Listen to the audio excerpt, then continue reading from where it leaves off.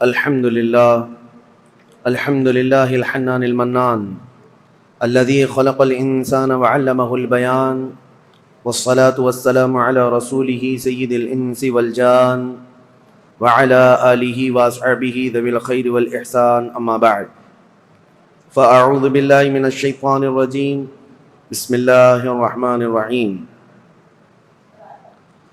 محمد رسول الله والذين معه أشداء على الكفار رحماء بينهم تراهم ركعا سجدا يبتغون فضلا من الله ورضوانا صدق الله مولانا العظیم۔ بارگاہ رسالت معاب صلی اللہ تعالی علیہ وسلم میں درود پاک کا ہدیہ پیش کریں۔ اللہم صلی علی سیدنا و مولانا محمد معدن الجود والکرم وآلہ واصحابہ الکرام وابنہ الکریم وبارک وسلم صلاة دائمة سرمدا ابدا۔ عزیزان گرامی وقار، تاریخ اسلام میں خلافت کا تیسرا دور ختم ہوا سیدنا عثمان ابن عفان رضی اللہ تعالیٰ عنہ کی شہادت کے ساتھ ہی۔ جیسے کہ کل میں نے عرض کیا، فتنوں کا ایک دروازہ کھل چکا تھا۔ حضرت عثمان غنی کا قتل یہ اسلام کا پہلا فتنہ ہے جو واقع ہوا، اور یہ اتنا بڑا فتنہ کہ جس سے مسلمانوں میں انتشار پیدا ہوا، اور سب سے بڑا آخر میں آنے والا فتنہ دجال کا جو امت اسلامیہ کو درپیش ہوگا۔ کل جیسے کہ میں نے آپ کو بتایا، سیدنا عثمان ابن عفان رضی اللہ تعالیٰ عنہ کی زمانہ خلافت کے آخری دور میں سبائی فتنہ جنم لے چکا تھا، عبداللہ بن سبا کی طرف سے ڈالا ہوا فتنہ، اور یہ مسلمانوں میں انتشار پیدا کرنے اور ان میں جماعتیں پیدا کرنے کے لیے مسلسل کوششیں کر رہے تھے۔ اب آج کے دن ہمیں تذکرہ کرنا ہے چوتھے خلیفہ راشد، داماد رسول، زوج بطول، اور مولا کائنات، ولیوں کے سردار، حیدر کرار، شیر خدا، اسد اللہ الغالب، سیدنا علی بن ابی طالب کرم اللہ وجہہ الکریم کے متعلق۔ عزیزان گرامی، ان کے فضائل و مناقب بے شمار ہیں۔ صحابہ کرام رضوان اللہ تعالی علیہم اجمعین میں بہت سے صحابہ ایسے ہیں جنہوں نے ان کی فضیلتیں بیان کی، حتیٰ کہ ابن عساکر کی روایت ہے، میں نے رسول پاک ابن عساکر کی روایت یہ ہے کہ رسول کریم صلی اللہ تعالی علیہ وسلم سے صحابہ کی فضیلت میں جو حدیثیں وارد ہوئی ہیں، ان میں سب سے زیادہ حضرت علی کرم اللہ وجہہ الکریم کے متعلق نظر آتی ہیں۔ حضرت علی بن ابی طالب یہ اول اسلام، سب سے پہلے اسلام میں آنے والے ہیں، سابقین اولین میں سے۔ جب حضور اکرم صلی اللہ تعالی علیہ وسلم لوگوں کو دعوت و تبلیغ پیش فرما رہے تھے مکہ مکرمہ کی وادی میں، اس وقت حضرت علی کرم اللہ وجہہ الکریم مشرف باسلام ہو چکے تھے، جبکہ آپ کی عمر صرف 9 سال کی تھی۔ آپ بچپن سے ہی حضور اکرم صلی اللہ تعالی علیہ وسلم کی تربیت میں رہے۔ معاملہ یہ ہے کہ حضور کے سگے چچا جناب ابو طالب، ان سے حضور اکرم صلی اللہ علیہ وسلم کا بڑا لگاؤ تھا، قریبی تعلقات۔ اس کی وجہ ایک یہ بھی تھی کہ جناب ابو طالب حضور صلی اللہ تعالی علیہ وسلم کی ہمیشہ حمایت میں لگے رہتے، مکہ کے کفار و مشرکین کے خلاف کھڑے رہتے، اور ان کی مالی حالت تھوڑی کمزور تھی۔ کس کی؟ جناب ابو طالب کی، چچا کی، اور اولاد زیادہ تھیں۔ تو نبی پاک صلی اللہ تعالی علیہ وسلم نے ابو طالب کے یہ کئی بیٹے تھے جناب ابو طالب کے، ان میں سے حضرت علی بن ابی طالب کو حضور نے اپنی گود میں لے لیا کہ ان کی پرورش کی ذمہ داری، ان کی کفالت کا خرچہ ہم اٹھائیں گے۔ اس اعتبار سے بچپن سے ہی حضرت علی کرم اللہ وجہہ الکریم حضور صلی اللہ تعالی علیہ وسلم کی آغوش تربیت میں بڑھے، حضور نے پرورش فرمائی۔ پیدائش کے واقعات بھی بڑے اہم ہیں۔ آپ کی والدہ ماجدہ فاطمہ بنت اسد ہیں، یہ اسلام میں پہلی خاتون ہیں جو اللہ رب العزت کی طرف ہجرت کرنے والی۔ حضرت فاطمہ بنت اسد جو رسول کریم صلی اللہ تعالی علیہ وسلم کی چچی تھیں، اور مولا کائنات علی مرتضیٰ رضی اللہ تعالیٰ عنہ کی والدہ تھیں۔ روایات یہ ملتی ہیں کہ حضرت علی رضی اللہ تعالیٰ عنہ جب پیدا ہوئے تھے تو آپ آنکھیں نہیں کھول رہے تھے، تو لوگوں کو ایک غم بھی تھا کہ بچہ آنکھیں ہی نہیں کھولتا۔ حضور صلی اللہ تعالیٰ علیہ وسلم کو ایک خبر دی گئی، حضور تشریف لائے اور بچے کو گود میں لیا۔ حضرت علی بن ابی طالب کرم اللہ وجہہ الکریم حضور صلی اللہ تعالیٰ علیہ وسلم سے تقریباً 31 سال بعد، یعنی حضور کی ولادت کے 31 سال بعد آپ پیدا ہوئے ہیں، تو گود میں لیا حضرت علی کو، اور اس کے بعد اپنے منہ سے لعاب پاک نکال کر حضرت علی کے منہ میں انگلی رکھا، اور جیسے ہی حضرت علی کے منہ میں رکھا، وہ اب تک دودھ نہیں پیے تھے اپنی ماں کا، تو حضور صلی اللہ تعالیٰ علیہ وسلم کی انگشت مبارک آتے ہی اس کو چوسنا شروع کیا، اور آنکھیں کھولی تو سب سے پہلے دنیا میں چہرے رسول کو دیکھا۔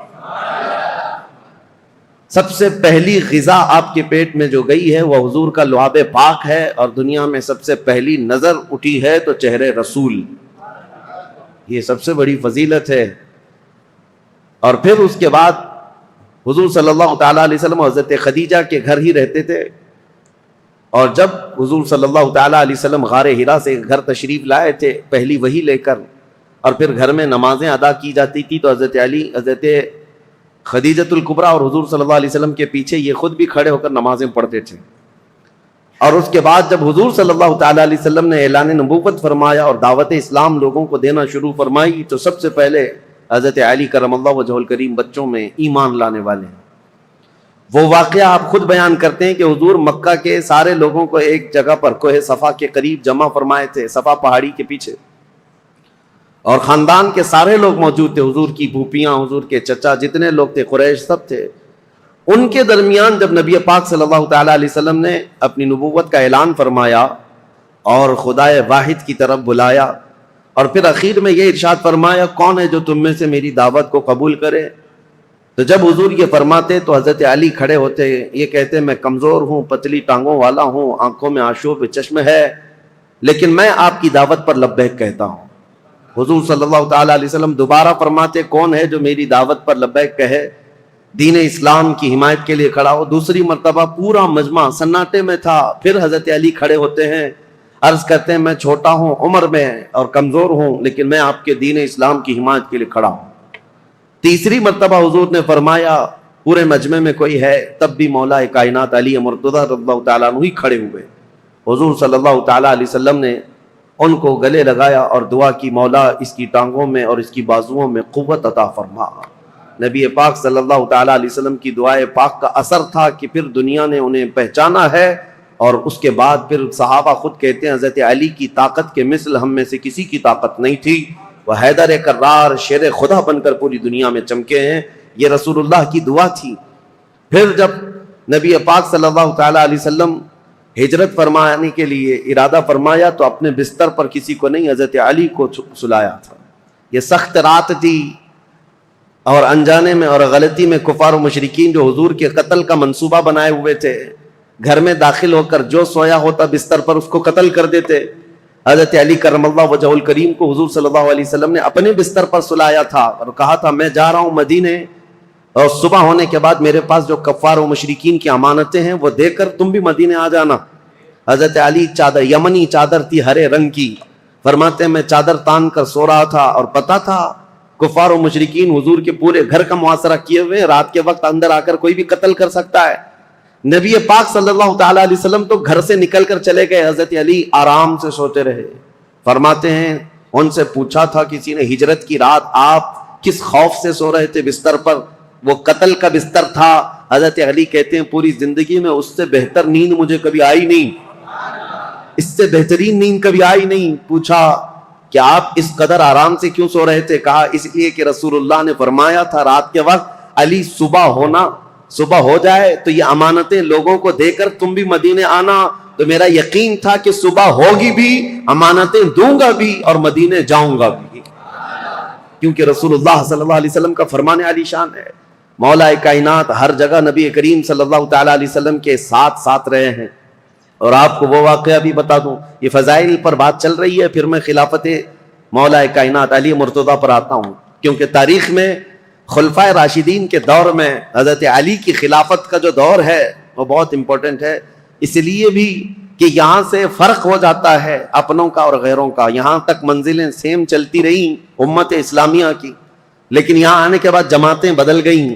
کچھ لوگوں نے اپنا قبلہ الگ کر لیا, کچھ لوگوں نے الگ کر لیا ہے. تو خلافت علی بن ابی طالب کا یہ 5 سالہ 5.5 سالہ جو دور ہے یہ بہت ہی اہم ہے. میں تاریخ پر آتا ہوں, اس سے پہلے کون ہے یہ شیر خدا, کون ہے یہ علی مرتضیٰ؟ حضور صلی اللہ تعالیٰ علیہ وسلم کی گھر میں پرورش پانے والے, دعوت اسلام میں جہاں جہاں حضور جاتے تھے ساتھ جاتے تھے. جب کبھی حضور لوگوں کو تبلیغ فرماتے, آپ حضرت علی حضور کے ساتھ رہا کرتے تھے. عمر اگرچہ چھوٹی تھی لیکن ساتھ رہے. اور جب ہجرت فرمائی میرے آقا صلی اللہ تعالیٰ علیہ وسلم نے, حضور کی ہجرت کے چند ہی دن بعد حضرت علی بھی مکہ سے ہجرت کر کے مدینہ تشریف لے آئے. اب ہجرت کے بعد 2 ہجری تھی, یعنی حضور صلی اللہ علیہ وسلم کی ہجرت کے 2 سال بعد مدینہ طیبہ میں نبی کریم صلی اللہ تعالیٰ علیہ وسلم نے اپنی سب سے لاڈلی لخت جگر سیدہ کائنات فاطمہ الزہرا رضی اللہ تعالیٰ عنہا کا نکاح حضرت علی بن ابی طالب کے ساتھ فرمایا. حضرت علی حیادار تھے, شرمیلے تھے.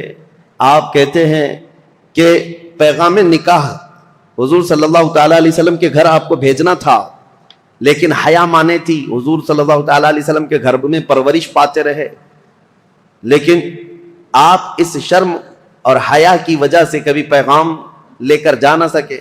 خود نبی پاک صلی اللہ تعالیٰ علیہ وسلم نے حضرت علی کرم اللہ وجہہ الکریم کو طلب فرمایا اور پھر اپنی بیٹی کے نکاح کا معاملہ سامنے رکھا. حضرت علی خوش ہو گئے, اور پھر اس کے بعد حضور صلی اللہ تعالیٰ علیہ وسلم نے فرمایا مہر میں کیا دے سکتے ہو؟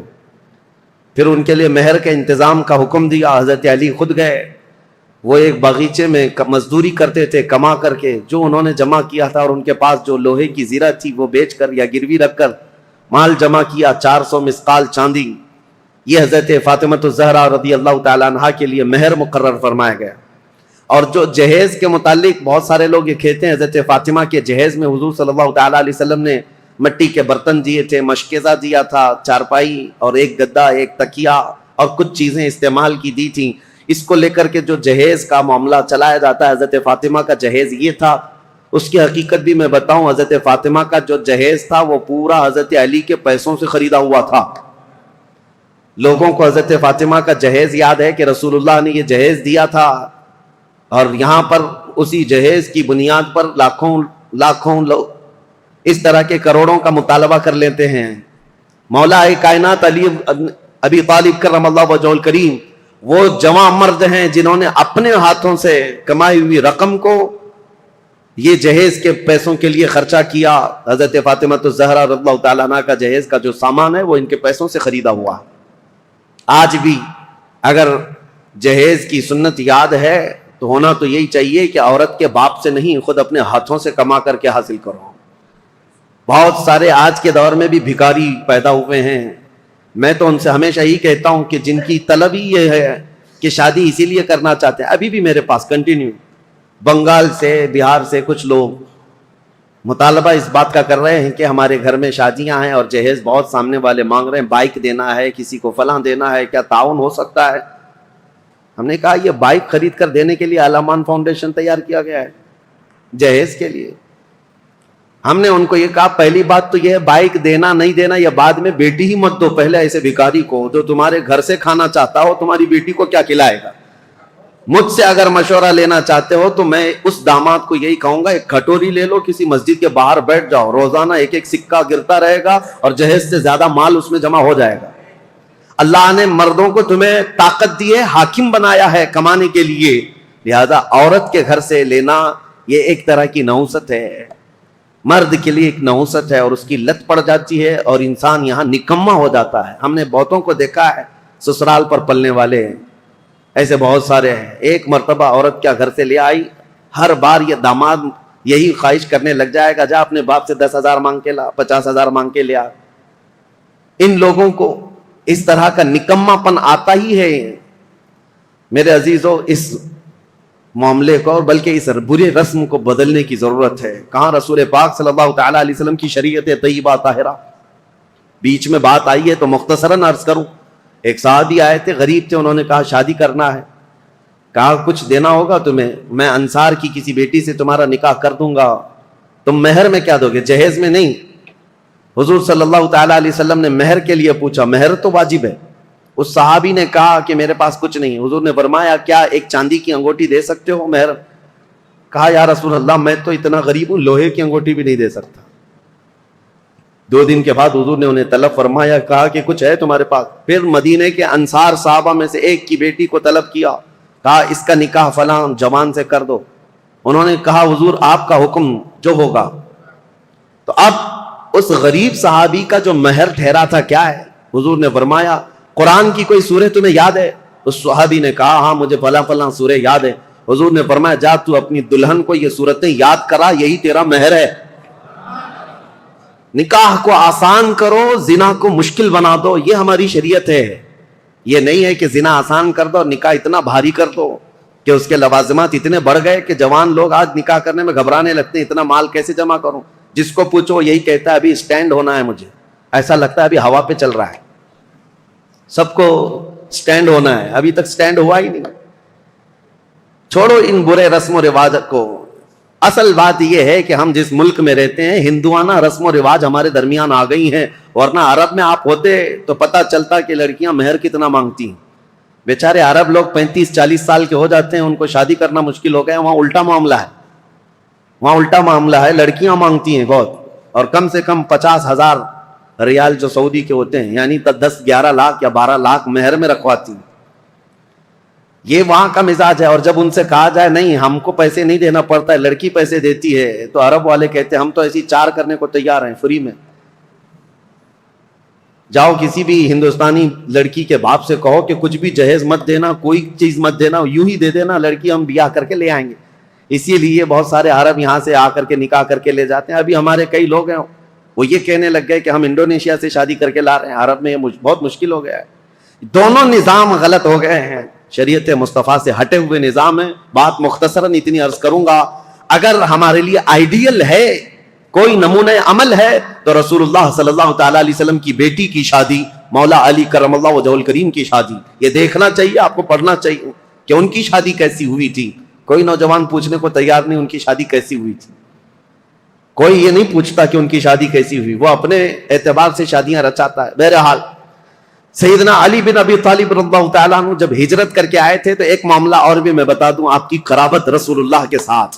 حضور صلی اللہ تعالیٰ علیہ وسلم ان سے کتنی محبت کرتے. جتنے ہجرت کر کے آئے تھے صحابہ وہ مہاجرین ہیں, اور جو مدینے میں تھے وہ انصار. ایک انصاری صحابی کو حضور بلاتے اور ایک مہاجر کو, اور دونوں کا ہاتھ پکڑ کر کہتے آج سے تم بھائی بھائی. تو یہ عقد مؤاخات میں نے تاریخ میں بتایا تھا, حضور نے ہجرت کے بعد سب سے پہلے کام یہ فرمایا تھا, بھائی چارگی قائم کر دی تھی. تو یہ زبانی نہیں بلکہ وہ صحابہ حقیقت میں پوری زندگی میں ان کو بھائی بنا کر رہتے تھے, حتیٰ کہ اپنی جائیدادوں میں بھی ان کو حصہ دیا ہے حضور نے, جن کو بھائی بنایا. تو یہ عقد مؤاخات چل رہا تھا, ایک انصار ایک مہاجر, ایک انصار ایک مہاجر, سب کی جوڑیاں بن گئی مدینے میں. اور جب یہ عقد مؤاخات ختم ہوا تو حضرت علی اکیلے بچ گئے. ان کے لیے کوئی انصار جوڑی کے لیے بچا ہی نہیں تھا. حضور نے سب کی جوڑیاں بنا دی, فلاں مہاجر کا فلاں انصار بھائی ہے. لیکن حضرت علی غمگین ہو گئے, کہا یا رسول اللہ صلی اللہ تعالیٰ علیہ وسلم میں اخیر میں تنہا رہ گیا, میرے لیے کوئی انصاری صحابی بھائی بننے کو تیار نہیں, یا بھائی نہ بن سکا. نبی پاک صلی اللہ تعالیٰ علیہ وسلم نے حضرت علی سے کہا یا علی انت اخی فی الدنیا والآخرہ, کیا تو اس بات پر راضی نہیں دنیا میں بھی اور آخرت میں تو میرا بھائی ہے. انصار اور مہاجرین آپس میں بھائی ہیں, لیکن رسول اللہ نے حضرت علی کو اپنا بھائی کہا, اخی رسول اللہ. وہ حضور صلی اللہ تعالیٰ علیہ وسلم کے رشتے میں بھی بھائی تھے, اور یہ عقد مؤاخات جو مدینے میں ہوئی اس میں بھی حضور کے بھائی بنے ہیں. نبی کریم صلی اللہ تعالیٰ علیہ وسلم کی قرابت ایسی تھی, ایک مرتبہ یمن بھیج رہے تھے حضور ان کو وہاں کا قاضی بنا کر. تو جا رہے تھے تو حضور صلی اللہ علیہ وسلم سے عرض کیا یا رسول اللہ عمر چھوٹی ہے, مقدمات نئے نئے آتے ہیں, فیصلہ کرنا میرے لیے مشکل ہو جائے گا, میں کیسے جاؤں, ایک نئی وادی, نئے لوگ, نیا مزاج, نیا موسم.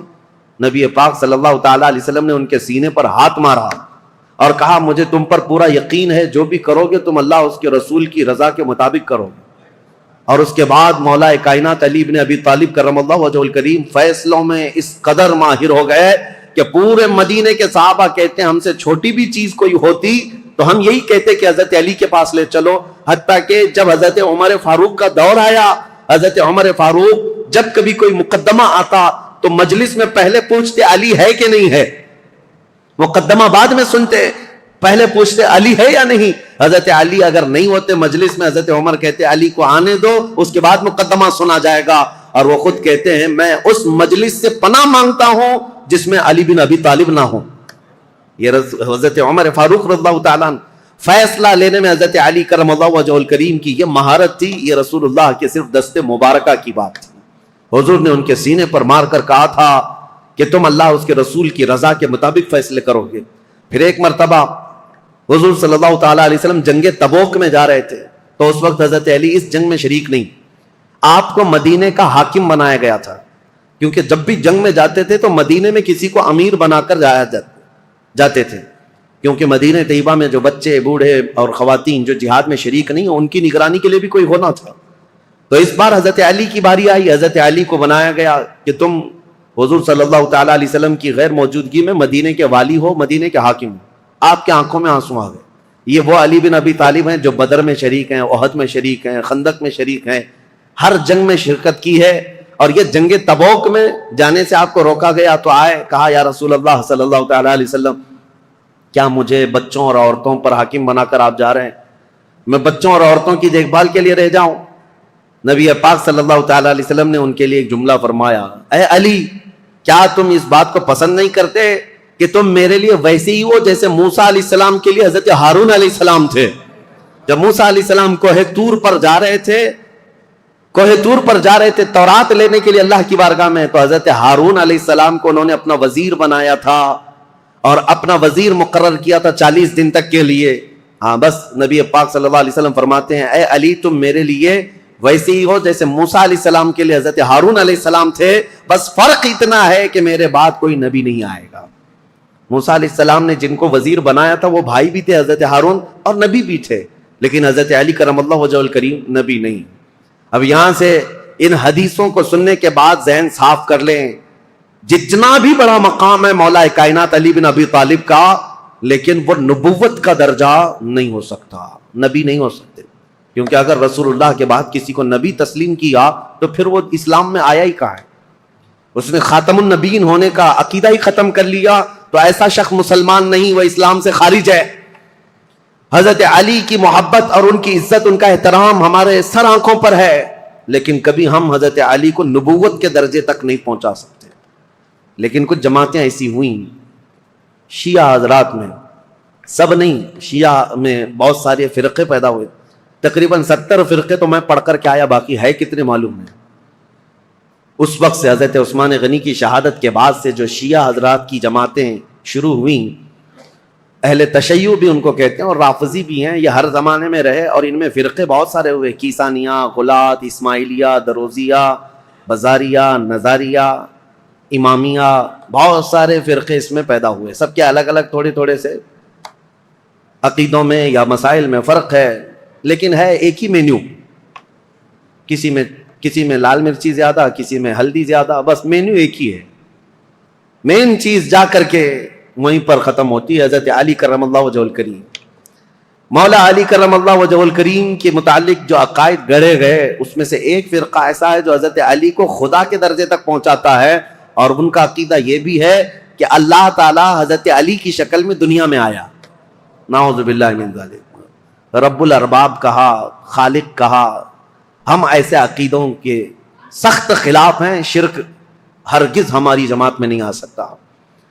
حضرت علی رضی اللہ تعالیٰ عنہ کے لیے کچھ لوگوں نے الوہیت کا عقیدہ یعنی خدا ہونے کا عقیدہ بنایا، اور ایک فرقہ ایسا آیا وہ تو یہ کہنے لگے نبوت جو ہے وہ حضرت علی کو ملنے والی تھی، اور حضرت علی سوئے تھے تو اس لیے محمد صلی اللہ علیہ وسلم کو جبرائیل دے کے چلے گئے. یہ ایسا ہی بتا رہے ہیں جیسے نان کٹائی دے کر چلے گئے. ارے میاں نبوت ہے، جو جاگ رہا ہے اس کو نان کٹائی مل گئی، جو سو رہا ہے اس کو نہیں ملی. کوئی مٹھائی ہے؟ نبوت اللہ تعالیٰ نے عالم ارواح میں ہی چن لیا ہے کہ کون نبی ہونے والا ہے. یہ سویا جاگتا ہوا معاملہ نہیں ہے. ابھی دنیا میں کوئی پیدا بھی نہیں ہوا تھا، صرف روحیں تھی. اسی وقت روحوں میں اللہ نے منتخب کر لیا ہے کہ کون نبی ہوگا. ایک بات یاد رکھیں، یہ عقیدہ مسلم عقیدہ اسلام کا کہ کوئی بھی شخص اپنی محنت، اپنی عبادت، اپنی ریاضت سے نبی ہرگز نہیں ہو سکتا. نبی صرف اللہ کے انتخاب سے ہوتا ہے. ہاں ولی بن سکتے ہو، آپ کثرت سے عبادت کر رہے ہو، اللہ کے ولی بن گئے، پرہیزگار بن گئے. ولی تو کوئی بنتا ہے کبھی عبادات سے، محنت سے، کثرت سے، اور کبھی عطا سے، لیکن نبی محنت سے، عبادت سے نہیں ہوتا. تم 1,00,000 سال بھی سجدے میں سر جھکا کر بیٹھے رہو، نبی نہیں بنو گے. نبی تو اللہ تعالیٰ کے انتخاب سے، اور اب تو کسی کے نبی ہونے کا امکان ہی نہیں. حضور صلی اللہ تعالیٰ علیہ وسلم کے آنے کے بعد کوئی نبی نہیں آئے گا. یہ عقیدہ ضروری ہے، کیونکہ حضرت علی رضی اللہ تعالیٰ عنہ کے متعلق بہت ساری چیزیں گڑی گئی ہیں. بیچ کا راستہ یہی ہے جو حق ہے، اہل سنت و جماعت کا راستہ. یہاں مولا کائنات علی ابن ابی طالب کرم اللہ وجہہ الکریم کو اسی عظمت کے ساتھ مانتے ہیں جیسے رسول اللہ کے صحابہ مانتے تھے، اور حضور نے جیسے ان کے متعلق فضیلت بیان فرمائی، وہی اسی حیثیت سے ہم مولا کائنات علی ابن ابی طالب رضی اللہ تعالیٰ عنہ کو سر آنکھ پر رکھتے ہیں. ہم ان وہابیوں کی طرح بھی نہیں جو حضرت علی رضی اللہ تعالیٰ عنہ کی شان کو گھٹاتے ہیں. نعوذ باللہ. ہم برسر اعلان یہ کہتے ہیں کہ رسول اللہ صلی اللہ تعالیٰ علیہ وسلم نے غدیر خم پر یہ خطبہ ارشاد فرمایا تھا، من کنت مولا فہذا علی مولا. یہ حدیث اتنی تواتر کے ساتھ ہے کہ اتنے صحابہ اور اتنے لوگوں نے اس حدیث کو بیان کیا ہے کہ ان کا جھوٹ پر جمع ہونا محال ہے. اس لیے یہ حدیث بڑے اعلیٰ درجے کی ہے. میرے آقا صلی اللہ علیہ وسلم نے فرمایا تھا، میں جس کا مولا ہوں علی بھی اس کے مولا ہے، علی بھی اس کے مولا ہیں. اب اس حدیث کو لے کر کے بھی بہت سارے لوگ ہنگامہ مچاتے ہیں کہ رسول اللہ صلی اللہ تعالیٰ علیہ وسلم تمام نبیوں کے مولا ہیں، تو حضرت علی نبیوں کے بھی مولا ہیں. وہ نبیوں کے اوپر بھی لے کر چلے گئے، کیونکہ یہ حدیث ہے. حضور نے فرمایا مولا کے عربی میں کئی معنی ہیں. مولا عربی میں جو ہے آقا کو بھی کہتے ہیں، غلام کو بھی کہتے ہیں، مددگار کو بھی کہتے ہیں، دوست کو بھی کہتے ہیں. عربی کی شد بدھ رکھنے والا وہ سمجھے گا کہ کہاں کیا معنی لینا ہے. اسی طرح سے اگر عربی کی ترجمے کرنے لگ جائیں تو پھر اوٹ پٹانگ حرکتیں شروع ہو جائیں گی، جیسے گوگل ٹرانسلیٹ کر کے دے دیتا ہے. وہ کچھ بھی جیسا ہو اسی طرح سے اٹھا کر دے دیتا. ایک لفظ عربی میں آتا ہے اور اس کے 70 معنی ہیں، کسی کے 50 معنی، کسی کے 500 معنی. عربی کی ڈکشنری اگر آپ سمجھنا چاہیں تو بہت وسیع ہے، سمندر ہے یہ عربی لغت. یہاں تک کہ ایک ایک لفظ پر لوگوں نے کتاب لکھ ڈالی ہے عربی کے ایک ایک لفظ پر. تو مولا کا مطلب کئی معنی ہیں. تو جہاں پوری کائنات مراد ہوگی، حضور نے فرمایا میں جس کا مولا ہوں. یقیناً میرے نبی آقا ہیں، جس کے حضور آقا ہیں، حضرت علی بھی اس کے آقا ہیں. لیکن نبیوں کے متعلق یہ معنی نہیں لیا جائے گا. انبیاء کرام افضل ہیں، پوری مخلوق میں سب سے افضل ہیں، اور جو بھی ہوگا نبیوں کے بعد افضل ہوگا. بہرحال میں یہ ٹاپک کو صرف آپ کے سامنے اس لیے رکھ رہا ہوں کہ سوشل میڈیا کے اس بھیانک دور میں انہی حدیثوں کا سہارا لے کر بھولے بھالے نوجوانوں کے دماغ میں یہ باتیں ڈالی جاتی ہیں. یہ چیزیں بھی لائی گئی ہیں حضرت علی نبیوں سے افضل ہیں. نہیں، اللہ کے انبیاء جتنے نبی ہیں وہ کائنات میں روئے زمین میں سب سے افضل انسان ہیں، اور ان کے بعد دوسرے صحابہ میں افضلیت ہے. سیدنا علی بن ابی طالب کرم اللہ وجہہ الکریم کے کمالات. اب میں آپ کو کیا بتاؤں کہ قرآن پاک کی جو آیت میں نے پڑھی ہے، محمد الرسول اللہ والذین معہ اشداء علی الکفار رحماء بینہم تراہم رکعا سجدا، ان میں یہ چاروں خلفائے راشدین کا ذکر آ گیا ہے. یعنی مفسرین یہ فرماتے ہیں اس آیت میں حضرت علی رضی اللہ تعالیٰ عنہ کا ذکر بھی ہے. اور ابن عساکر نے تو یہ روایت کیا ہے کہ قرآن کی تقریباً 300 آیتیں ایسی ہیں جس میں حضرت علی رضی اللہ تعالیٰ عنہ کی فضیلت ثابت ہوتی ہے. اتنی بڑی بات ہے یہ. مولا علی کرم اللہ وجہ الکریم کے فضائل و مناقب بے شمار ہیں. اب ان کا دور کیسے آیا ہے، ان کی فضیلتیں آپ سنتے رہتے ہیں. اور سچ فرمایا شاعر نے ان کی فضیلت میں ایک جملہ کافی ہے، شاہ مرداں شیر یزداں قوت پروردگار، لا فتح الا علی لا سیف الا ذوالفقار. فارسی کا یہ لفظ ہے، فارسی کا یہ شعر ہے جس میں شاعر یہ کہتا ہے شاہ مرداں یعنی انسانوں کا کوئی بادشاہ ہے تو مولا کائنات علی بن ابی طالب ہے. شیر یزداں اللہ کا کوئی شیر ہے تو علی بن ابی طالب ہے. قوت پروردگار، دنیا میں اگر کسی کے پاس رب تبارک و تعالیٰ کی عطا کی ہوئی طاقت ہے، مظہر ہے کوئی، تو علی بن ابی طالب کو دیکھا جائے. لا فتح الا علی، شاعر یہ کہتا ہے حقیقت میں جوان کہلانے کے لائق کوئی ہے تو ابو طالب کا بیٹا علی ہے، اور پھر اگر تلوار کسی کی ذکر کرنے کے لائق ہے تو وہ ذوالفقار حیدری علی کی تلوار ہے۔ یہ ان کی تعریف میں کل ملا کر کے یہ جو جملے ہیں سب اس میں جمع ہو گئے۔ حضرت علی بن ابی طالب رضی اللہ تعالیٰ عنہ جنگ بدر میں جو کردار ادا کیے ہیں وہ بیان سے باہر ہے۔ جتنے لوگوں پر آپ بڑھ چڑھ کر کے حملہ کرتے رہے کفار و مشرکین، جوانی کے عالم میں حضرت علی رضی اللہ تعالیٰ عنہ کے متعلق یہ بیان کیا، بہت ہٹا کٹا جسم تھا، بہت توانا تھے، طاقت سے، کافی بھاری آپ کا پیٹ تھا، اور لوہے کا خود پہننے کی وجہ سے ہمیشہ تو سر کے بال نکل گئے تھے۔ اتنی جنگوں میں شرکت فرماتے رہے، لوہے کی وہ ٹوپی ہوا کرتی تھی۔ اور وہ وقت آپ یاد کریں 7 ہجری جب رسول کریم صلی اللہ تعالیٰ علیہ وسلم صحابہ کو لے کر خیبر نکلے تھے، تقریباً مدینے سے 200 کلومیٹر دور یہ خیبر کی وادی ہے جہاں یہودیوں نے اپنا اڈا بنا لیا تھا، اور مسلمانوں کے خلاف روزانہ نت نئے فتنے وہاں سے نکلتے تھے اور منصوبے بنائے جاتے تھے حضور کے خلاف، مدینے کے خلاف، اور مکہ کے مشرکین بھی اس میں حصہ لیتے تھے۔ نبی کریم صلی اللہ تعالیٰ علیہ وسلم کو خبر یہ ہوئی کہ خیبر کے یہودی ایک جنگ کرنے کے لیے آ رہے ہیں مدینے، اور انہوں نے مکہ کے کافروں کو بھی بلا لیا ہے، نجد کے کافروں کو بھی بلا لیا ہے، سب کو جمع کر کے دعوت دی ہے۔ حضور کو جیسی یہ خبر ملی، ابھی یہودی خیبر سے نکلتے کیا رسول اللہ خود صحابہ کے ساتھ خیبر پہنچ گئے۔ اور میں نے یہ خیبر کی تفصیلی جنگ کا بیان آپ کے سامنے پیش کر چکا ہوں جمعہ میں، جیسے سیرت مصطفیٰ کا جو درس کنٹینیو چلتا ہے اس میں جنگ خیبر میں نے بیان کیا ہے۔ یہ سخت قسم کی جنگ تھی، یہودی بڑے بڑے قلعوں میں وہاں پر محفوظ رہتے تھے، اتنے بڑے قلعے تھے ان کے، آج تک وہ موجود ہیں 1400 سال کے بعد آج بھی وہ قلعے وہاں پر ویسی ہیں۔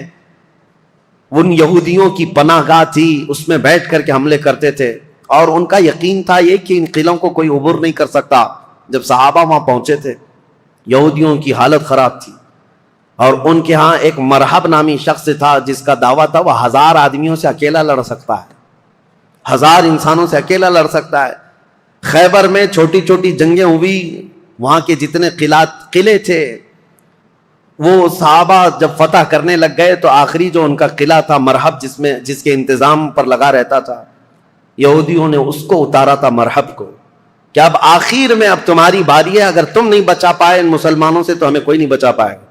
مرحب مسلمانوں سے جنگ کرنے کو اپنی توہین سمجھتا تھا کہ یہ چھوٹے بادیاں نشین لوگ ہیں، کھجور کھا کر زندگی گزارتے ہیں، پیون لگے کپڑے پہنتے ہیں، ان کے پیروں میں چپل تک نہیں ہوتی، یہ ہم سے جنگ کرنے آئے ہیں، بڑے تحقیر سے حقارت سے دیکھا کرتا۔ لیکن اب حالات ایسے تھے کہ یہ پورے مسلمان گردنوں پر سوار ہو کر کھڑے تھے، اب تو ڈیفنس کرنا ہی تھا۔ مرحب جب اپنے قلعے سے باہر آیا تو یہ سخت قسم کی جنگ تاریخ اسلام میں لکھی گئی ہے، کیونکہ خیبر فتح ہونے کے بعد ہی سارے فتوحات کا دروازہ کھل گیا ہے اسلام کے لیے۔ ساری فتحیں جتنی ہوئی یہ خیبر کے بعد، فتوحات کا دروازہ کھل گیا تھا جو رکنے کا نام نہیں لیتا۔ تو جیسے ہی مرحب سامنے آیا تو اس نے پکار کر کے یہ کہا شعر پڑھتے ہوئے کہ تمہیں پتا ہے کہ خیبر پورا مجھے پہچانتا ہے، یہاں کے در و دیوار سے پوچھو کہ مرحب کس کا نام ہے۔ مرحب کی آواز سے اور اس کے چلنے پھرنے سے یہاں کے پتھر بھی کانپتے ہیں۔ وہ رجزی اشعار پڑھ رہا تھا۔ تو حضرت علی کرم اللہ وجہہ الکریم اس جنگ میں کیسے شریک ہوئے تھے؟ یہ 3 دن تک کنٹینیو چل رہی تھی، صحابہ کو فتح نہیں مل رہی تھی، کچھ صحابہ شہید بھی ہو گئے تھے، اور رات کے وقت رسول کریم صلی اللہ تعالیٰ علیہ وسلم بیٹھے اور کہا کل کی صبح ہونے دو، میرے ہاتھ میں جو پرچم ہے میں ایسے کو دوں گا جس کو اللہ اس کے رسول بے حد چاہتے ہیں، اور اللہ تعالیٰ نے اس کے ہاتھ میں یہ فتح رکھی ہے۔ صحابہ کہتے ہیں پوری رات ہم نہیں سوئے۔ حضور نے جو یہ بشارت دی تھی اس میں بشارتیں کیا کہتی ہیں؟ ایک تو یہ تھی کہ قلعہ اس کے ہاتھ فتح ہوگا، دوسرا یہ کہ اللہ اس کو اور اس کے رسول بے حد اسے چاہتے ہیں۔ حضرت عمر کہتے ہیں ہمیں غالب گمان یہی رہتا تھا کہ شاید جھنڈا ہمارے ہاتھ میں آئے گا۔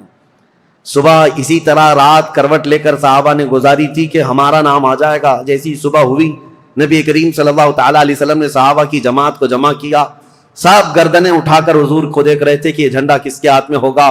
پھر رسول کریم صلی اللہ تعالیٰ علیہ وسلم نے پکار کر کہا علی بن ابی طالب کہاں ہے؟ اس جماعت میں وہ تھے ہی نہیں۔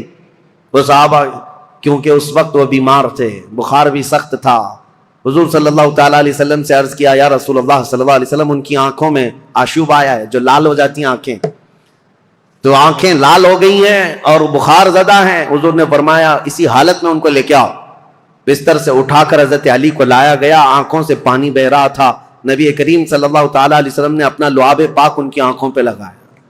حضرت علی کہتے ہیں میری آنکھیں اخیر زمانے تک اتنی تیز نظر آتے تھا جس کا کوئی اندازہ نہیں کر سکتا. حضرت علی رضی اللہ تعالیٰ عنہ کے ہاتھ میں حضور نے جھنڈا دیا اور کہا جاؤ اللہ اس کے رسول تمہیں بے حد چاہتے ہیں اور یہ فتح تمہارے نام رکھی ہے. سارے صحابہ کہتے ہیں حضرت علی کو دیکھ کر ہم رشک کرتے تھے کہ کیا مقام پایا علی بن ابی طالب نے. اس وقت ان کی جوانی کا ہی وقت تھا اور جب وہ جھنڈا ہاتھ میں لے کر کے آئے تھے یہ مقابلہ مرحب سے ہونا تھا. جو 1000 انسانوں سے تنہا لڑ سکتا تھا، اکیلا لڑنے کی طاقت رکھتا، جب وہ رجزیہ اشعار پڑھ رہا تھا، جانتے ہو قلعوں کی دیواروں سے پوچھو مرحب کس کا نام ہے، یہاں کے پتھر میرے چلنے پھرنے سے کانپ جایا کرتے ہیں. پھر حضرت علی آگے آئے، پوچھا مرحب نے تم کون ہو؟ حضرت علی نے کہا انا الذی سمتنی امی حیدرا، میں وہ ہوں کہ میری ماں نے میرا نام حیدر رکھا ہے. حیدر کا مطلب جانتے ہو؟ حیدر کا مطلب جنگل میں، گھنے جنگلات میں اپنے پیر پھیلائے ہوئے نہایت ہی سخت قسم کا چہرہ لے کر کے بھوکا پلٹوار کرنے والا وہ شیر ببر جس کو دیکھ کر کے پورے جنگل میں ہیبت طاری ہوتی ہے، اس کو عربی میں حیدر کہا جاتا ہے. حضرت علی کہتے ہیں عربی جاننے والے سمجھ سکتے تھے، انہوں نے رجزیہ اشعار میں حضرت علی نے صرف اتنا کہا انا الذی سمتنی امی حیدرا، میں تو وہ ہوں کہ میری ماں نے میرا نام حیدر رکھا ہے. مرحب نے کہا تجھ جیسے چھوٹے لڑکے سے میں مقابلہ کرنے کو اپنی توہین سمجھتا ہوں، میں توہین سمجھتا ہوں. حضرت علی نے کہا رسول کریم صلی اللہ تعالیٰ علیہ وسلم کی جماعت سے ہوں، پہلے مجھ سے مقابلہ کر لو، بعد میں بڑے تمہارے مقابل میں آ جائیں گے. جب مرحب اترا حضرت علی کرم اللہ وجہ الکریم کے مقابلے میں، تاریخ آج بھی گواہ ہے، اس کے لوہے کی ٹوپی، اس کا لوہے کا لباس اتنا مہنگا ہوا کرتا تھا، اور وہ تلوار لہراتے ہوئے آیا اور پہلی تلوار اتنی تیز مارا تھا کہ حضرت علی رضی اللہ تعالیٰ عنہ پر وار جو ہوا، حضرت علی رضی اللہ تعالیٰ عنہ نے اس کے وار کی چمک کو دیکھا، اور جنگ کے میدان میں جو تلوار کی چمک تھی لوگ دیکھ کر کے حیران تھے، اتنی تیز وہ تلوار چلاتا تھا.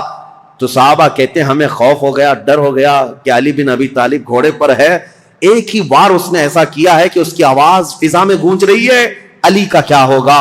حضرت علی رضی اللہ تعالیٰ عنہ بالکل بے خوف تھے. اللہ کے شیروں کو آتی نہیں روباہی، اللہ کا جو شیر ہوتا ہے وہ لومڑی کبھی بنی نہیں سکتا. مولا کائنات علی بن ابی طالب نے اس کے 2 وار کے بعد اپنا جو پہلا وار مارا، صحابہ کہتے ہیں حضرت علی کی 2 دھاری تلوار تھی، مرحب کے سر پر لگی اور اس کے لوہے کی ٹوپی کو کاٹتے ہوئے مرحب کے سینے تک آ گئی. ایک ہی وار میں مرحب کو زمین پر ٹھنڈا کر دیا تھا. فاتح خیبر حضرت علی رضی اللہ تعالیٰ عنہ ایک ہی وار میں مرحب کو ٹھنڈا کیا، اور اس کے بعد اسی کے اشعار حضرت علی نے پڑھ کر لوگوں کو سنایا. اے لوگوں سنو، یہ جو ٹھنڈا ہوا ہے جسم، یہ وہی ہے جس کی چلنے پھرنے کی آواز پتھر سنا کرتے تھے، دیوار سنا کرتے تھے. اب اس خیبر کے قلعے کے در و دیوار بھی جانیں گے کہ جس سے وہ ہیبت کھاتے تھے اس کو زمین پر کس نے مار گرایا. پھر حضرت علی نے کہا اے یہودیوں، آج کے بعد سے خیبر کے ہر قلعے سے آواز آئے گی کہ کوئی آیا تھا جس کا نام اس کی ماں نے حیدر رکھا تھا. عزیزان گرامی، یہ تاریخ کی سچائیاں اس لیے میں عرض کر رہا ہوں. مولا علی بن ابی طالب کرم اللہ وجہہ الکریم اس جنگ میں، صحابہ کی روایت ہے، ابن عساکر کی روایت یہ ہے کہ حضرت علی بڑھتے گئے اس قلعے کے پھاٹک کو توڑ دیا تھا، جو دروازہ ہوا کرتا تھا. صحابہ کہتے ہیں حضرت علی نے ایسے اس کو اکھاڑ دیا تھا، اور وہ دروازہ ایک ہاتھ میں لے کر اس کو ڈھال بنا کر لڑتے رہے. جب کبھی سامنے سے کوئی تیر یا آتا یا تلوار آتی تو یہ دروازے کو ڈھال بنا کر کے لڑتے تھے. تم اپنے گھر کا دروازہ اٹھا کر کے دیکھو، خیبر کا دروازہ الگ ہے، اپنے گھر کا دروازہ بھی نہیں اٹھا پاؤ گے. آج کے نوجوانوں کی بات کر رہا ہوں. وہ خیبر کا دروازہ ایسا تھا کہ اس کے بعد حضرت علی نے اس کو اپنی پیٹھ پر رکھا دروازے پر. کئی صحابہ تو اس کے اوپر سے چڑھ کر کے قلعے کے اندر گئے، اور صحابہ کہتے ہیں اس کے بعد اس دروازے کو 16 گز آگے انہوں نے ایک ہی ہاتھ سے پھینکا تھا. رسول کریم صلی اللہ تعالیٰ علیہ وسلم کا فرمان ہوا اس دروازے کو راستے سے ہٹایا جائے. صحابہ کہتے ہیں ہم 40 لوگ مل کر نہیں اٹھا پا رہے تھے، اور علی بن ابی طالب تنہا ایک ہاتھ سے اٹھا کر اس کو پھینک چکے تھے. لا فتح الا علی لا سیف الا ذوالفقار. یہ شجاعت، یہ جمع مردی اللہ کے شعر کو اللہ نے عطا کی ہے. قوت پروردگار. میرے عزیزوں، ان کے فضائل، ان کے مناقب، ان کے کمالات بیان سے باہر ہیں، بیان سے باہر ہیں. لیکن اب خلافت کا دور شروع ہے، اسی لیے کہ ہم تاریخ بیان کر رہے ہیں. فضیلتیں ہر سال آپ سنتے رہتے ہیں، اور اس سال ظاہر سی بات ہے میں جو ٹاپک لے کر کے چل رہا ہوں وہ تاریخ اسلام ہے. ہر بچے کو، ہر جوان کو تاریخ یاد رکھنا بہت ضروری ہے. اور اگر اپنی تاریخ سے تم بے بہرا ہو تو دنیا جو پٹی پڑھائے گی وہ صحیح سمجھنے لگ جاؤ کہ آج حالات یہی ہیں. تم خالی کورے کاغذ لے کر کے بیٹھے ہو. سوشل میڈیا میں کوئی آیا، نئی بات بولا، کہا ہاں یہ تو بالکل نہیں لگ رہی ہے، نہیں کچھ نہیں، 1400 سال پرانی ہے. تم کورے تھے، تم نے پڑھا ہی کہاں تھا. اس لیے تاریخ کی سچائیاں اگر تمہیں یاد نہ ہو تو اگلا دور جو آنے والا ہے اور بھی بہت ڈینجر ہے، بہت سخت ہے. آپ کو پتا ہے یہ ظالمانہ حکومتیں جو ہمارے سر پر آج منڈلا رہی ہیں، یہ دجالی نظام جو پیدا ہو چکا ہے، یہاں سب چیزوں پر اٹیک ہے، سب چیزوں پر اٹیک ہے. آپ یہ مت سمجھنا کہ یہ صرف ہماری مسجدیں گرا رہے ہیں یا ہماری خانقاہوں کو پامال کر رہے ہیں، بلکہ ماسٹر پلاننگ کے ساتھ تمہاری نسلوں کی تباہی کا انتظام ہو چکا ہے. ماسٹر پلاننگ کے اعتبار سے ایسے کہ یہاں پر باضابطہ ایجوکیشن منسٹر اسی کو بنایا جاتا ہے جو سخت قسم کا تعصب پسند ہو.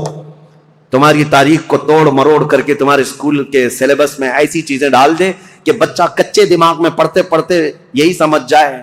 آج حالات ایسی ہیں، 10-20 سال پہلے جا کر کے آپ اسکول کے نصاب سلیبس کی کتابیں اٹھا کر کے پڑھیں، اس میں حضور صلی اللہ علیہ وسلم کے نام پر چیپٹر ہوا کرتا، صحابہ اکرام کے حضرت عمر فاروق کے نام پر چیپٹر ہوا کرتا تھا. کوئی نہ کوئی ٹیکسٹ بک میں آپ کو مل جائے گا. آج تو ہے ہی نہیں.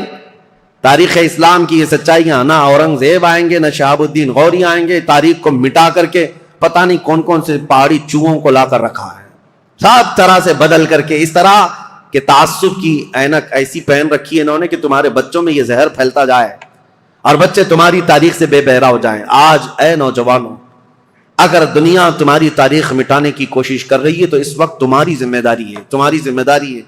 میں رشیا کی ایک چھوٹی سی کنٹری جہاں قرآن پر پابندی لگا کر تقریباً 70 سال گزر چکے تھے، 60 یا 70 سال سوویت یونین کی لڑائیوں میں. اس سے پہلے جو وہاں کے حالات تھے، مارکسزم، لینن کا جو انقلاب آیا تھا، ریولوشن، کچھ ممالک ایسے سخت اسٹرگل کر چکے ہیں، مسلمانوں کی اذانیں بھی بنتی، قرآن پر پابندی ایسی لگی تھی.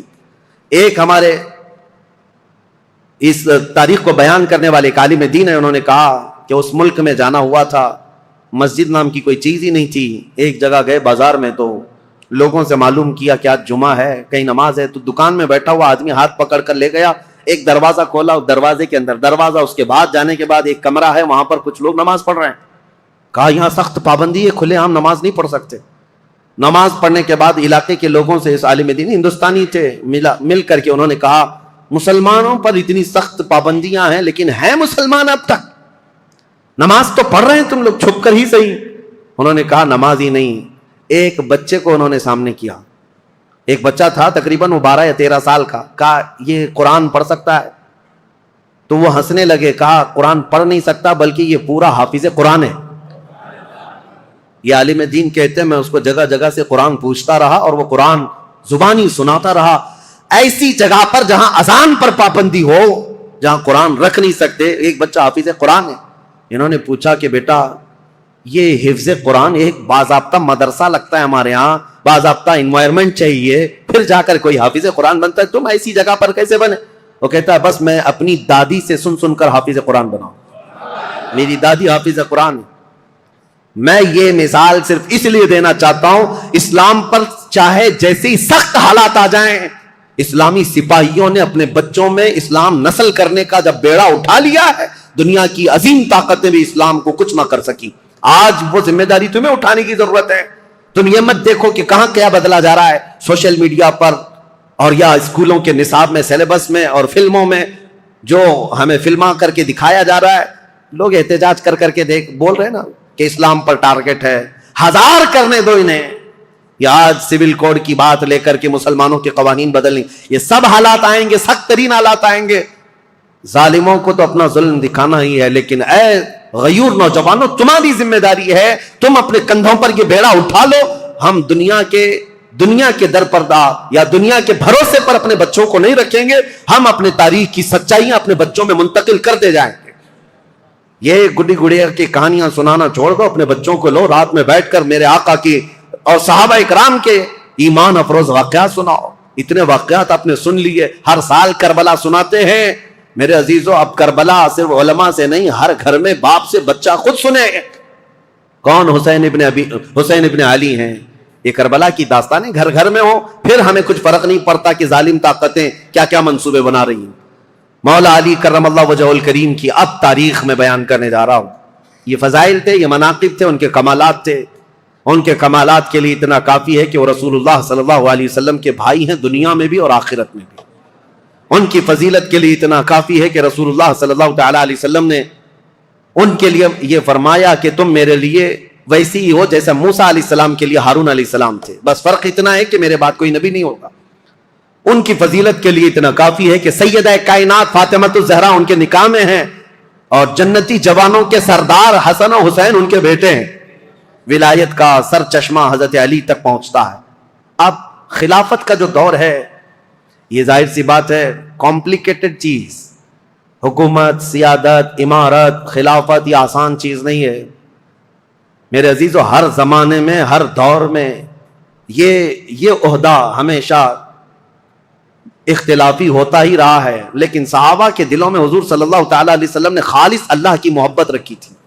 وہ دنیا پرست نہیں تھے اور دنیا کے اسباب کی طرف یا مادوں کی طرف وہ اپنے دل دادا نہیں تھے، اللہ کا خوف رکھتے تھے، اس لیے زیادہ معاملات نہیں آئے۔ پھر بھی جیسے کہ کل میں نے بتایا، حضرت عثمان کے 12 سالہ خلافت کے دور میں آخر دور ایسا آیا جو فتنوں سے بھرا ہوا تھا۔ عبداللہ بن سبا نام کا ایک یہودی جس نے یہ بیج بویا اور ایک جماعت پیدا کر دی، اور مسلمانوں میں انتشار اور فرقہ پیدا ہونا شروع ہو گیا۔ اور سبب کہاں، یہ فتنہ کہاں تک پہنچا؟ حضرت عثمان غنی کا قتل ہو گیا مدینے میں۔ یہ پہلا قتل ہے جو مسلمانوں کے ہاتھ ہوا ہے، حضرت عثمان غنی کا قتل۔ حضرت عمر کو بھی شہید کیا گیا، لیکن وہ تو ایک آگ کا پجاری تھا، ابو لولو فیروز مجوسی۔ لیکن حضرت عثمان کا جو قتل ہوا ہے وہ آپسی انتشار کی وجہ سے ہوا۔ تفصیل میں نے بتایا، جگہ جگہ انقلاب نام سے کچھ جماعتیں کھڑی ہوتی تھیں، ان کو یہ چاہیے تھا ریولیوشن، اور ان کو جدت، نیا پن چاہیے تھا۔ حضرت عثمان کا خلافت کا زمانہ 12 سال ہو رہا تھا، اور یہ وقت یہاں تک آ پہنچا کہ مدینے میں پہنچ کر کے ان سبائیوں نے، مصر کے رہنے والے بلوائیوں نے حضرت عثمان کا قتل کر دیا۔ یہ قتل صحابہ کے لیے بہت بڑا صدمہ تھا۔ جتنے بڑے صحابہ تھے اس قتل کے خلاف تھے۔ خود حضرت علی کرم اللہ وجہہ الکریم اس کی سخت مذمت کرتے رہے اور کہتے رہے کہ رسول اللہ صلی اللہ علیہ وسلم کے حرم مدینہ کو جس نے حلال کر دیا خون سے حضرت عثمان کے، وہ دنیا کا بدترین شخص ہے۔ اور حضرت علی کے فرامین ہے کہ میں سمجھتا ہوں قتل عثمان سب سے بدترین فتنہ ہے۔ اب حالات ہو گئے، ان کے قتل کے بعد جنازہ ہو گیا، تدفین ہو گئی، جنت البقیع میں آپ دفن۔ اب خلافت کا مسئلہ آیا کہ اب کون خلیفہ بنے گا۔ جیسے حضرت ابو بکر کی خلافت، کیسے تمام مسلمانوں نے اتفاق رائے سے آپ کو خلیفہ چن لیا تھا، اور حضرت عمر کو حضرت ابو بکر نے جاتے وقت خود ہی اعلان کر دیا تھا، اس لیے اختلاف نہیں ہوا، صحابہ نے ان کو چن لیا تھا۔ اور حضرت عثمان کی خلافت کیسے ہوئی تھی؟ 6 صحابہ جمع ہوئے تھے، کل جیسے میں نے بتایا مجلس شورا اس کو کہتے ہیں، جس میں حضرت سعد بن ابی وقاص، عبد الرحمن بن عوف، حضرت زبیر، حضرت طلحہ اور حضرت علی، حضرت عثمان، یہ 6 لوگ تھے۔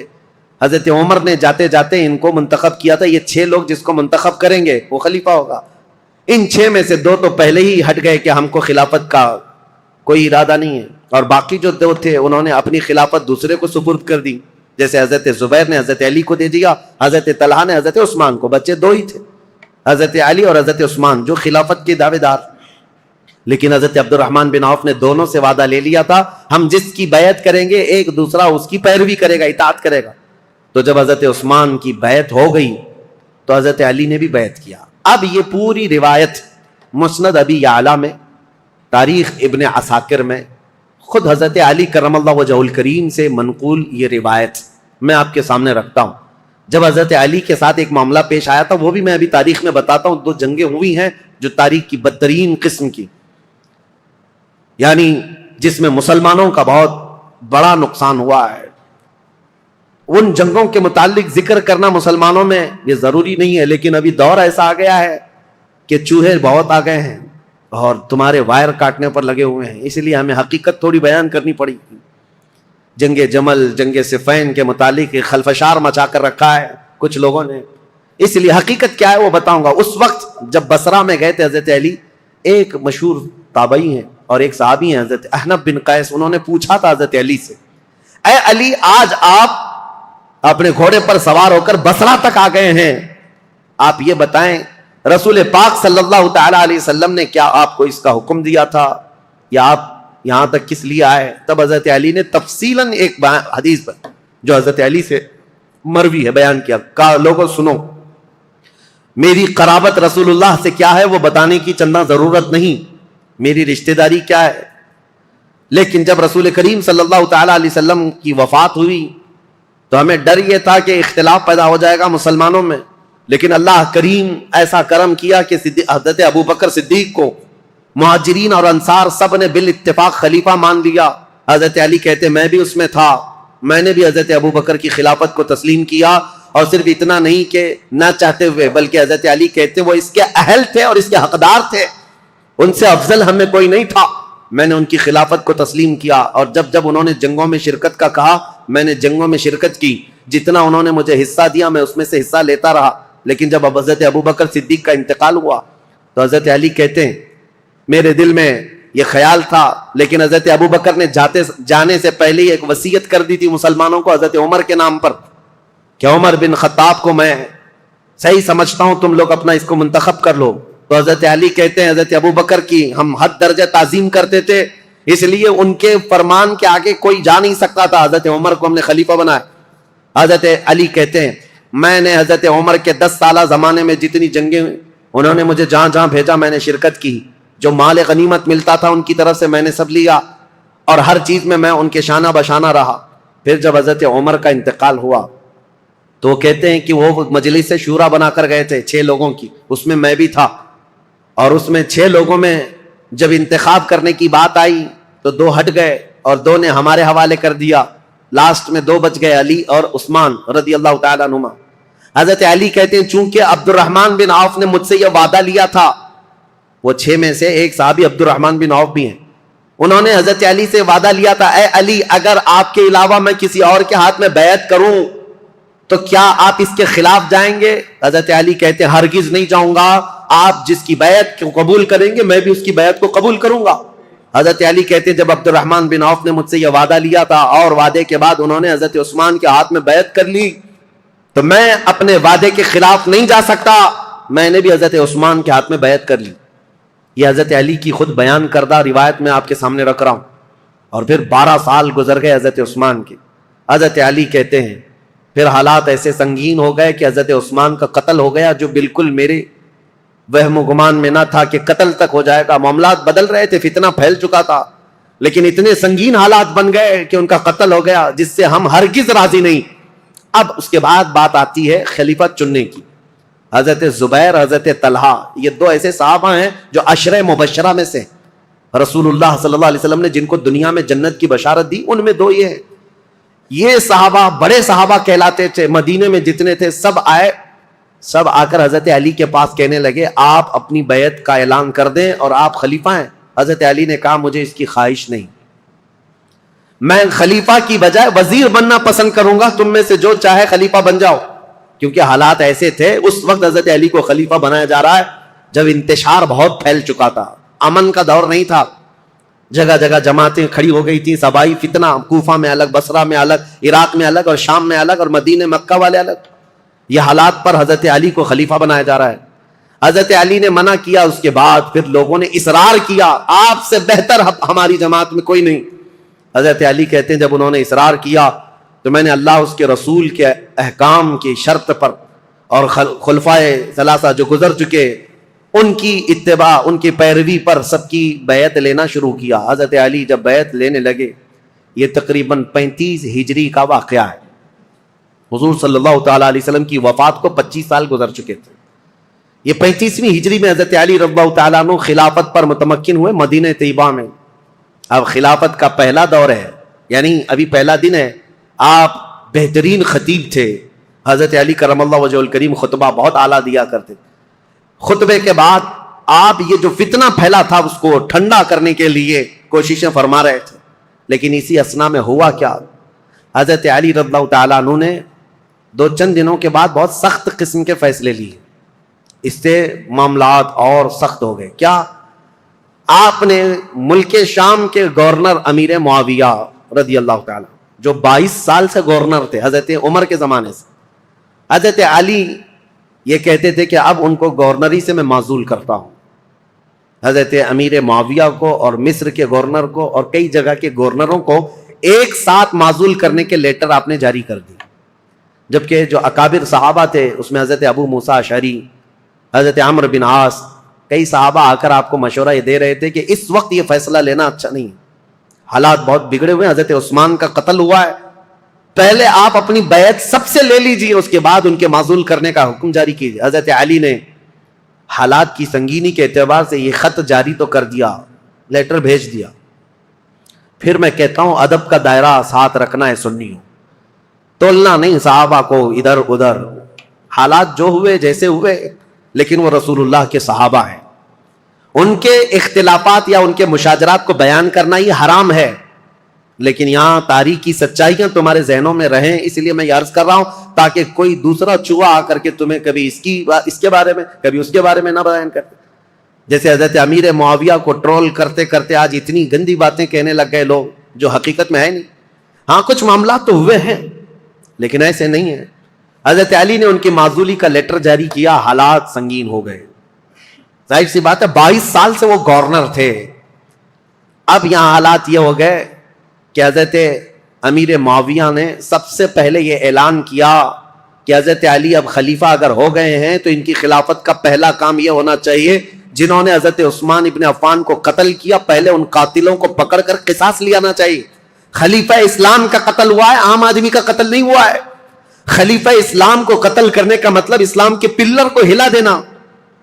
حضرت امیر معاویہ شد و مت سے بہت زور شور سے یہ مطالبہ شروع کر دی, اور مطالبے میں بھی اتنا کہ حضرت امیر معاویہ نے مدینے ایک قاصد کو بھیجا اور حالات معلوم کر کے حضرت عثمان کا وہ جبہ منگوایا جس میں ان کی شہادت ہوئی تھی.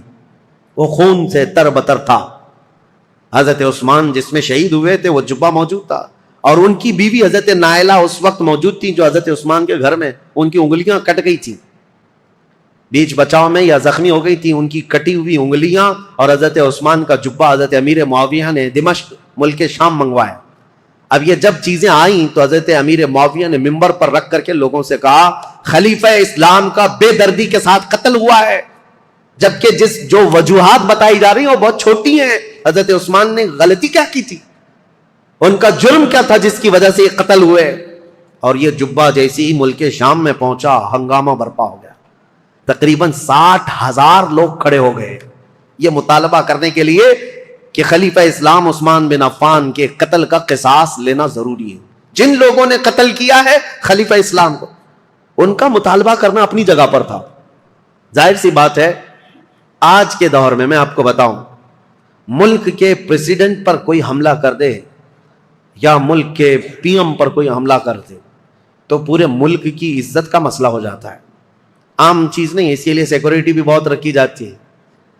اور اگر ہو گیا تو اس کے بعد حالات کیا ہوتے ہیں, جو نیا بیٹھے گا اس کے لیے سب سے پہلا مطالبہ یہی کیا جائے گا جن لوگوں نے ان کا قتل کیا ہے پہلے ان کو پکڑو. یہ مطالبہ ہوتا ہے.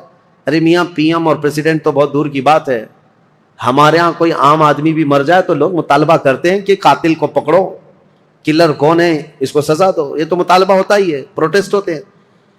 تو حضرت امیر معاویہ کا مطالبہ بہت تیزی سے بڑھتا چلا گیا. اب دیکھیں میں حالات آپ کو سمجھا رہا ہوں. حضرت علی کے ساتھ کیا معاملات تھے, جیسے ہی مدینے میں آپ نے باغ ڈور سنبھالی آپ کے لیے حالات یہ تھے کہ صحیح طریقے سے قاتل کون ہے یہ کسی کو معلوم ہی نہیں تھا, آج تک نہیں معلوم. تو کیونکہ اس گھر میں حضرت عثمان ابن عفان کی بیوی حضرت نائلہ اکیلی تھیں, وہ بہت پردہ دار عورت تھیں. انہوں نے بیان کیا حضرت علی کے سامنے کہ محمد بن ابو بکر چھت سے داخل ہوئے تھے, یہ تو میں نے دیکھا ہے. اور انہوں نے حضرت عثمان کی داڑھی بھی پکڑی تھی, لیکن حضرت عثمان نے ایک جملہ کہا تھا کہ تیرے باپ ابو بکر ہوتے تو یہاں تک تیری حرکت نہ ہو سکتی, یہ سن کر محمد بن ابو بکر چلے گئے اور دروازے پر کھڑے ہو کر وہ رو کر توبہ کرنے لگے. لیکن ان کے ساتھ انجان 2 آدمی بھی آئے تھے. میں انہیں نہیں جانتی ہوں نہ پہچانتی ہوں کون لوگ ہیں. اور اس کے بعد حضرت نائلہ جو حضرت عثمان کی بیوی اس وقت جو موجود تھی وہ کہتی ہیں قتل ہونے کے وقت میں وہاں موجود نہیں تھی, قتل ہو گیا. حضرت علی کے سامنے یہ مقدمہ ہے, بڑا سخت ہے, کسی انجان کو قتل تو نہیں کر سکتے پکڑ کر کے پوری جماعت کو. ظاہر سی بات ہے آپ موب لنچنگ بھی ہو جاتی ہے تو اس پورے موب کو جو ہے نا سزا نہیں دیتے حکومت. پرٹیکولر ایک آدمی کون ہے جو مرڈر کیا ہے اس کو پکڑنا ضروری ہوتا ہے. موب کا جو حملہ ہوتا ہے یہ سب لوگ اس میں شریک ہوتے ہیں. سزائیں چھوٹی چھوٹی ہو سکتی ہیں لیکن مرڈر کا جو جرم ہے وہ سب پر نہیں آتا. اس وقت حضرت علی کے ساتھ یہ معاملہ تھا کہ حقیقت میں قاتل کون ہے یہ نہیں معلوم. تو سیدنا علی بن ابی طالب مدینے کے سارے صحابہ سے کہہ رہے تھے کہ میں بھی حضرت عثمان کے قتل کا قصاص لینا چاہتا ہوں لیکن قاتل پکڑ کر کے تو لائیں. لوگوں نے کہا یہ مصر کے لوگ تھے, بلوائی تھے, ان سب کو پکڑ کے سزا دیجیے. حضرت علی کہتے ہیں وہ ایسی جماعت سے ہیں جن پر میرا قابو نہیں ہے, ابھی ابھی خلیفہ بنے ہیں اور مصر میں نیا اسلام ہے. یہ بلوائی یہ جتنے ہیں وہاں پر ایک فتنہ بھی پیدا ہو چکا تھا, تو وہ جدت پسند لوگ تھے, نئے نئے قسم کے اسلام میں آئے ہوئے تھے. حضرت علی ان مصلحتوں کو دیکھ کر خون عثمان کا بدلہ لینے میں آپ نے فرمایا کہ اس کو بعد میں حالات کے ٹھنڈے ہو جانے کے بعد لیا جائے گا, بس بات اتنی تھی. لیکن غلط فہمی بڑھتی گئی اور یہ غلط فہمی کو ڈالنے والا کون تھا؟ اسی لیے میں نے کل آپ کے سامنے ایک نام بتایا تھا, عبداللہ بن سبا, ایران کا رہنے والا ایک یہودی جو اسلام میں آیا تھا. اس نے اپنا کام شروع کر دیا مدینے میں جا کر اور دیگر جگہ پر ملک شام میں لوگوں کو بھڑکانا شروع کیا. پہلے تو حضرت علی کی حمایت میں بولتا تھا, اب حضرت علی خلافت پہ آئے تو حضرت عثمان کے قتل کا بدلہ لینے کے لیے ابھارنے لگ گیا. اب ہوا یہ کہ حضرت عائشہ صدیقہ رضی اللہ تعالیٰ عنہ, ان کا بھی کردار ہے تاریخ میں, ام المومنین ہے, زبان نہ کھولنا ان کے لیے بھی گستاخی کے لیے, ایمان برباد ہو جائے گا. ام المومنین رسول اللہ صلی اللہ علیہ وسلم کی محبوبہ ہیں, زوجہ ہیں. یہ حج پر گئی ہوئی تھیں اور حج سے واپس آنے کے وقت حضرت عثمان کا قتل ہو گیا تھا اور یہ خبر حضرت عائشہ کو پہنچ گئی. حضرت عائشہ کا مقام تھا صحابہ میں سب میں بھی, کیونکہ ام المومنین نے سب لوگ احترام کرتے تھے. حضرت عائشہ کے پاس جب یہ خبر پہنچی تو حضرت زبیر اور حضرت طلحہ یہ دونوں حضرت علی کے ہاتھ پر بیعت کر چکے تھے مدینے میں, لیکن حالات جب سنگین ہونے لگے تو یہ مدینہ چھوڑ کر مکہ چلے گئے. کون؟ یہ بڑے 2 صحابہ عشرہ مبشرہ میں. حضرت زبیر حضور صلی اللہ تعالیٰ علیہ وسلم کے یہ بھی بھائی لگتے ہیں, پھوپھی کے بیٹے ہیں, سگی پھوپھی کے بیٹے ہیں حضرت زبیر, جیسے حضرت علی چاچا کے بیٹے ہیں, حضرت زبیر پھوپھی کے بیٹے ہیں. تو حضرت زبیر اور حضرت طلحہ دونوں مکہ چلے گئے اور یہ دونوں جا کر حضرت عائشہ سے ملاقات کیا پردے میں اور ان کو حالات بتائے مدینے میں کیا کیا ہوا, حضرت عثمان کا قتل کیسے ہوا. حضرت عائشہ بہت جلال میں آئی, کہا ہم جانتے ہیں عثمان بن عفان کے اخلاق اور ان کی کردار کو, سارے صحابہ ان کی پاکیزگی کی گواہی دیتے تھے. حضرت عائشہ کہتی ہیں میں وہ دن بھی جانتی ہوں جب رسول اللہ صلی اللہ تعالیٰ علیہ وسلم حجرے میں بیٹھے ہوتے, کئی لوگ آتے حضور اسی طرح لیٹے رہتے, جب عثمان آتے تو حضور اپنی تہبند سے ہی کر لیتے تھے. حضرت عائشہ کہتی ہیں میں گواہ ہوں اور میں پوچھتی یا رسول اللہ عثمان کے آنے پر اپنی تہبند آپ پیر سے نیچے تک کرتے ہیں اور اٹھ کر بیٹھتے ہیں, کیوں ایسا حضرت عثمان کے متعلق؟ حضور نے فرمایا اے عائشہ کیا میں اس سے حیا نہ کروں جس سے اللہ کے فرشتے حیا کرتے ہیں, اللہ کے فرشتے جس سے حیا کرتے ہیں. میرے عزیز, حضرت عائشہ نے جب یہ کہا اور وہ جلال میں آئیں, واپس مکہ لوٹ کر آئیں, کہا جب مدینے کے حالات اتنے خراب ہو گئے تو اب کیا کرنا چاہیے.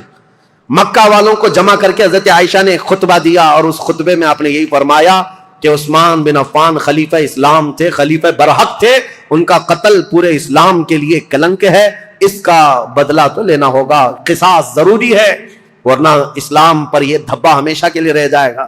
حضرت عائشہ کی تقریر پر جوش آیا لوگوں میں اور پھر مکہ والے بھی جمع ہو گئے. مکہ والوں نے سب آ کر کے حضرت عائشہ سے کہا کہ یہ بدلہ لینے کا طریقہ کیا ہے.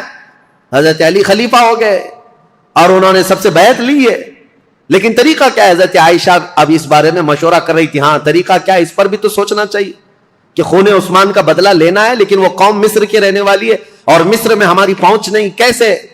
تو اس میں جب صحابہ کی میٹنگیں ہونے لگی مکہ میں, تو اب میں آپ کو بتاؤں یہاں سے ایک نئی جنگ کی ابتدا ہو گئی. حضرت عائشہ اپنی اونٹنی پر سوار ہو کر، پہلے لوگوں نے کہا کہ ملک شام چلتے ہیں، امیر معاویہ نے بھی خون کے بدلے کا اعلان کیا، یا پھر مدینے چلتے ہیں، لیکن ان دونوں رائے کو آپ نے، حضرت عائشہ صدیقہ نے چھوڑ دیا اور بصرہ کی طرف آپ روانہ ہو گئیں۔ بصرہ عراق کا ایک شہر ہے۔ اس بیچ میں کئی ایسے محتاط صحابہ ہیں جو اس جنگ میں شامل نہیں ہوئے۔ حضرت عائشہ جب جانے لگیں، کیونکہ میٹنگیں اتنی ہو گئی تھیں، اور جب لوگ یہ کہنے لگے کہ یہ بدلہ لینا تو خلیفہ وقت کا کام ہے، تو حضرت علی اس وقت بدلہ قصاص لینے پر تیار نہیں تھے، یا یہ فرما رہے تھے کہ ابھی اس قوم سے ہمارا پالا نہیں ہے، یا اس قوم پر ہمارا قابو نہیں ہے، ہم بعد میں بدلہ لیں گے۔ لیکن یہ مطالبہ شدت اختیار کر گیا۔ اب حضرت علی کو مدینے میں بھی آ کر خبر پہنچ گئی کہ حضرت عائشہ لوگوں میں جمع ہو گئی، اور انہوں نے خون عثمان کا قصاص لینے کا اعلان کر دیا۔ اور حضرت علی کو یہ بھی خبر مل گئی کہ امیر معاویہ کو جو ہم نے خط لکھا تھا، حضرت امیر معاویہ نے بدلے میں خط بھیجا جو بالکل خالی تھا، کچھ بھی لکھا ہوا نہیں تھا۔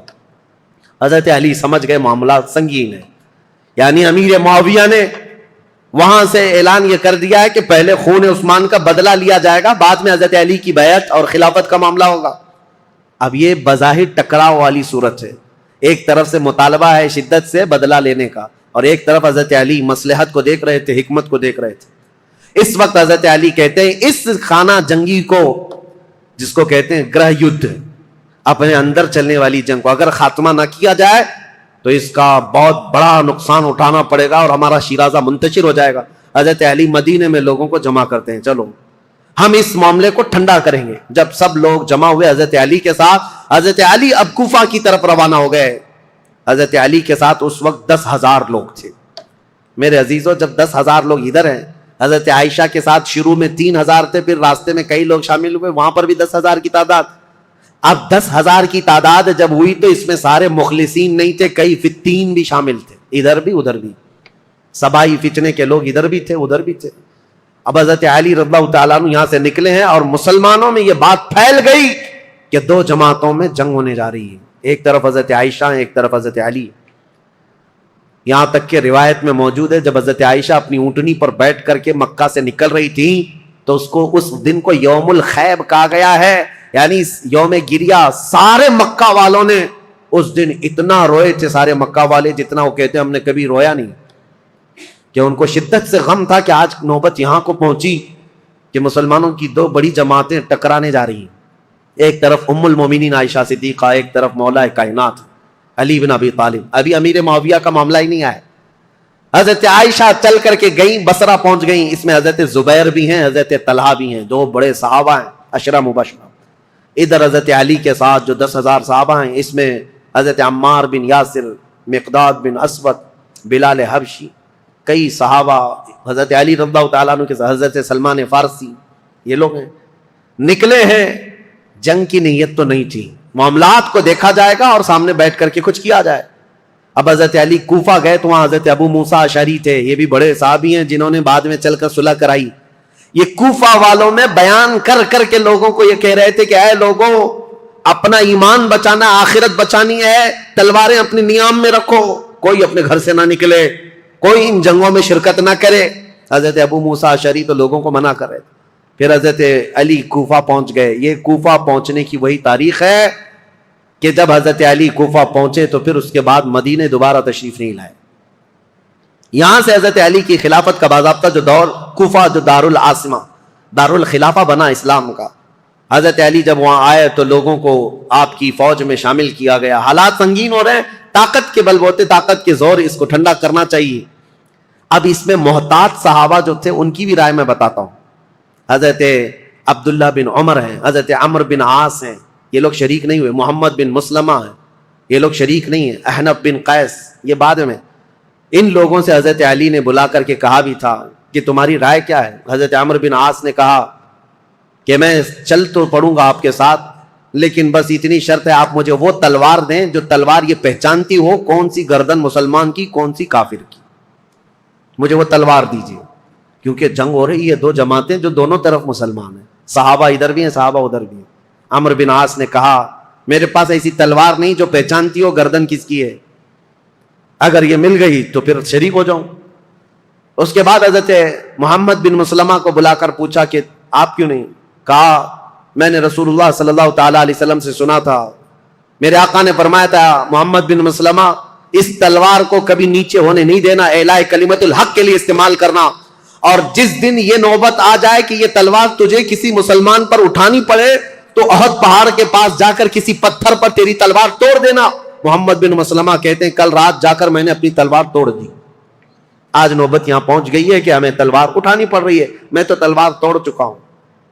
حضرت عبداللہ بن عمر انہوں نے بھی یہی کہا کہ میں فرق نہیں کر پاؤں گا کہ کون حق پر ہے کون کس پر ہے، اسی لیے میں اس میں شریک نہیں ہوں۔ کچھ محتاط صحابہ ان میں نہیں آئے، لیکن حضرت علی جب سفر پر روانہ ہو، یاد رکھو مسلمانوں ایمان کی حفاظت اسی میں ہے، دونوں جگہ کا بیلنس برقرار رکھو، ام المومنین کا بھی مولا کائنات کا بھی، دونوں رسول اللہ کے قرابت دار ہیں، رشتہ دار ہیں۔ حضرت عائشہ صدیقہ جب آئیں تو اب مشورے ہو رہے تھے، میٹنگیں ہو رہی تھی، ان کے خطبے اتنے پر اثر تھے کہ لوگ جمع ہوئے۔ جب وہ بصرہ میں گئی تو 12,000 لوگ جمع ہوئے، کہا کہ نہیں حق پر ہیں، خون عثمان کا بدلہ لینا چاہیے۔ یہ حالات دیکھ کر کے ایک صحابی ایسے ہیں جن کا بہت بڑا رول ہے، حضرت قعقاع، یہ آئے، حضرت زبیر، حضرت طلحہ، حضرت عائشہ ان کے پاس آئے، کہا اچھا یہ میٹنگ بعد میں ہوئی، اس سے پہلے ایک حادثہ ہو گیا تھا، کیا ہے؟ بصرہ میں جیسی حضرت عائشہ پہنچی تو بصرہ کے جو گورنر تھے وہاں پر، تو جو گورنر تھے وہ حضرت علی کی طرف سے تھے، عثمان بن حنیف، انہوں نے کیا کیا کہ راستہ روکنا ہے ان کا، یہ تو لڑنے کے لیے آئے، تو انہوں نے فوراً ہی جنگ شروع کر دی، جبکہ حضرت علی کے آنے کا انتظار کرنا تھا۔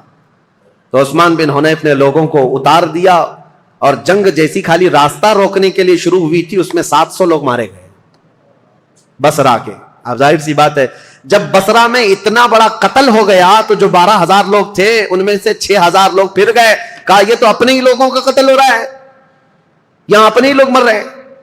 تو 6,000 لوگ جب چھوڑ دیے تو حضرت عائشہ کے پاس رات میں حضرت قعقاع آئے، حضرت عائشہ تھی، حضرت زبیر، حضرت طلحہ، یہ تینوں بڑے لوگ بیٹھے تھے۔ حضرت قعقاع آئے اور کہا دیکھیں کیا حالات بدلتے ہوئے یہاں تک نہیں پہنچے، آپ لوگ تو نکلے تھے عثمان بن عفان کے قتل کا بدلہ لینے کے لیے، لیکن مسئلہ یہاں تک پہنچ گیا کہ جو گورنر بصرہ کے ہیں انہوں نے راستہ روکا، اور ان کے راستہ روکنے کی وجہ سے جو جنگ ہوئی اس میں 700 لوگ مارے گئے۔ اب ان 700 لوگوں کے مارے جانے کا بدلہ اب کس سے لیا جائے گا؟ ان کا قصاص کس سے لیا جائے گا؟ اب آپ کے ایک ایک فوجی سے وہ قصاص لینا پڑے گا، اتنے مر گئے تو ڈائیورٹ ہو جائے گا مسئلہ، کہاں آپ کس کام کے لیے نکلے تھے اور کس کام میں آ گئے۔ کل کو اگر گورنر بصرہ کے عثمان بن حنیف کا قتل ہوتا ہے تو پھر یہ مطالبہ بدل جائے گا، اب آپ کے بارے میں بھی لوگ یہ کہیں گے تم تو نکلے تھے عثمان بن عفان کے قتل کا بدلہ لینے کے لیے، لیکن تم نے اپنے ہاتھوں سے بصرہ کے گورنر کا قتل کیا، اب ان کا قصاص ہم آپ سے لیں گے، بات تو برابر ہو جائے گی۔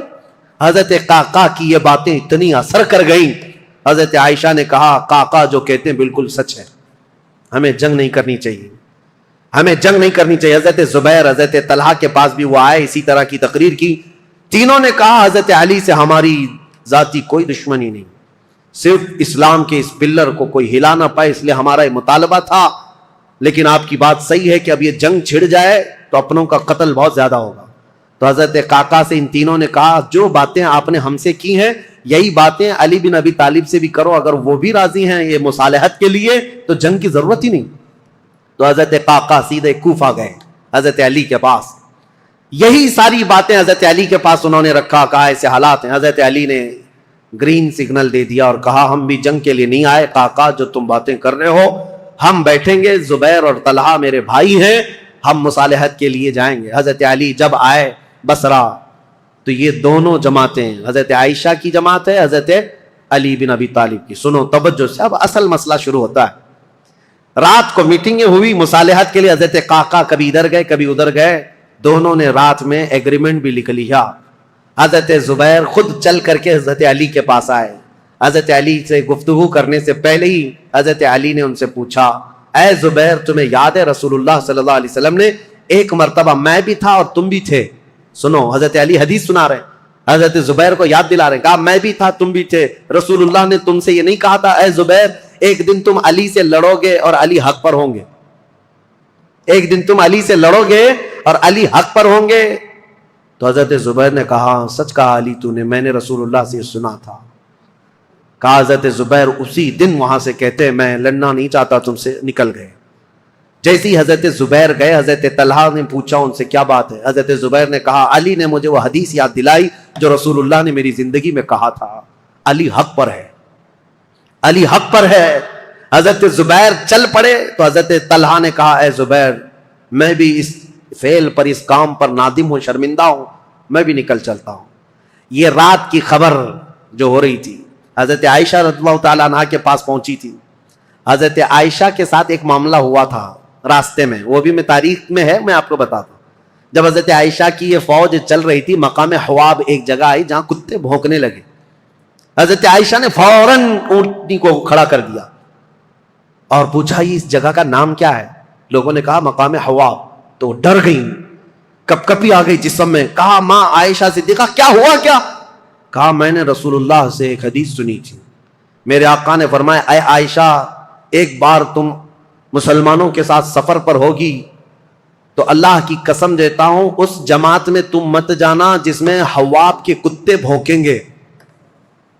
حضور سے میں نے یہ سنا تھا حواب کے کتے بھونکیں گے جس جماعت میں، اس جماعت میں جانا مت. حضرت عائشہ نے کہا کہ اگر یہاں حواب کا مقام ہے تو کتے بھونک رہے ہیں اور میں نہیں چاہتی کہ اس جماعت میں ہوں. یہ بصرہ آنے سے پہلے کی بات ہے. لیکن کیا بتائیں جماعت میں فتنہ انگیزی کرنے والے جو سبائی لوگ تھے ان میں 40 لوگ ایسے آئے جنہوں نے اللہ رسول کی قسم اٹھائی، قرآن کی قسم اٹھا کر کہا یہ حواب کا مقام ہے ہی نہیں، حواب ہے نہیں، یہ دوسری جگہ ہے، یہاں کے کتے روز بھونکتے رہتے. حضرت عائشہ کو حلف لے کر کے انہوں نے کہا یہ حواب کا مقام نہیں ہے. تب حضرت عائشہ پھر چل پڑی جبکہ وہ مقام حواب ہی تھا. حضرت عائشہ جب بصرہ پہنچی تو اب حالات جو مصالحت کے ہو رہے تھے، رات کو ایگریمنٹ لکھ دیا گیا. لیکن جیسے ہی یہ سبائی فتین لوگوں کو پتا چلا دونوں جماعتوں میں صلح ہو رہی ہے تو دونوں جماعتوں میں صلح کی بات سن کر یہ سبائی لوگ جتنے جنگ میں شریک تھے سب کے سب بھڑک اٹھے اور کہا ہم یہاں تک صلح کرنے آئے ہیں، ہم تو ایک دوسرے کی گردن مارنے آئے ہیں، اگر یہ بڑے لوگ صلح کر رہے ہیں تو ہم تو نہیں صلح کریں گے. یہ فتنہ اٹھایا گیا اور صبح ہوتے ہی حضرت زبیر جا رہے تھے، اپنا سامان لے کر اس میدان سے نکل رہے تھے. ایک سبائی شخص آیا اور حضرت زبیر کو پیچھے سے نیزہ مار کر شہید کر دیا. رسول اللہ صلی اللہ علیہ وسلم کے بھائی، پھپھیرے بھائی، عشرہ مبشرہ میں سے حضرت زبیر جیسے ہی شہید ہوئے حضرت طلحہ دوڑتے ہوئے آئے کہ ظالم جماعت نے حضرت زبیر کو مار دیا ہے. رسول اللہ کے اس صحابی کا قتل ہوا، یہ پہلا قتل ہوا ہے. جیسی حضرت طلحہ ان کی لاش کے پاس دوڑتے ہوئے آئے ان سبائیوں نے حضرت طلحہ کی بھی گردن مار دی. 2 عشرہ مبشرہ میں سے صحابہ تھے، قتل ہو گئے.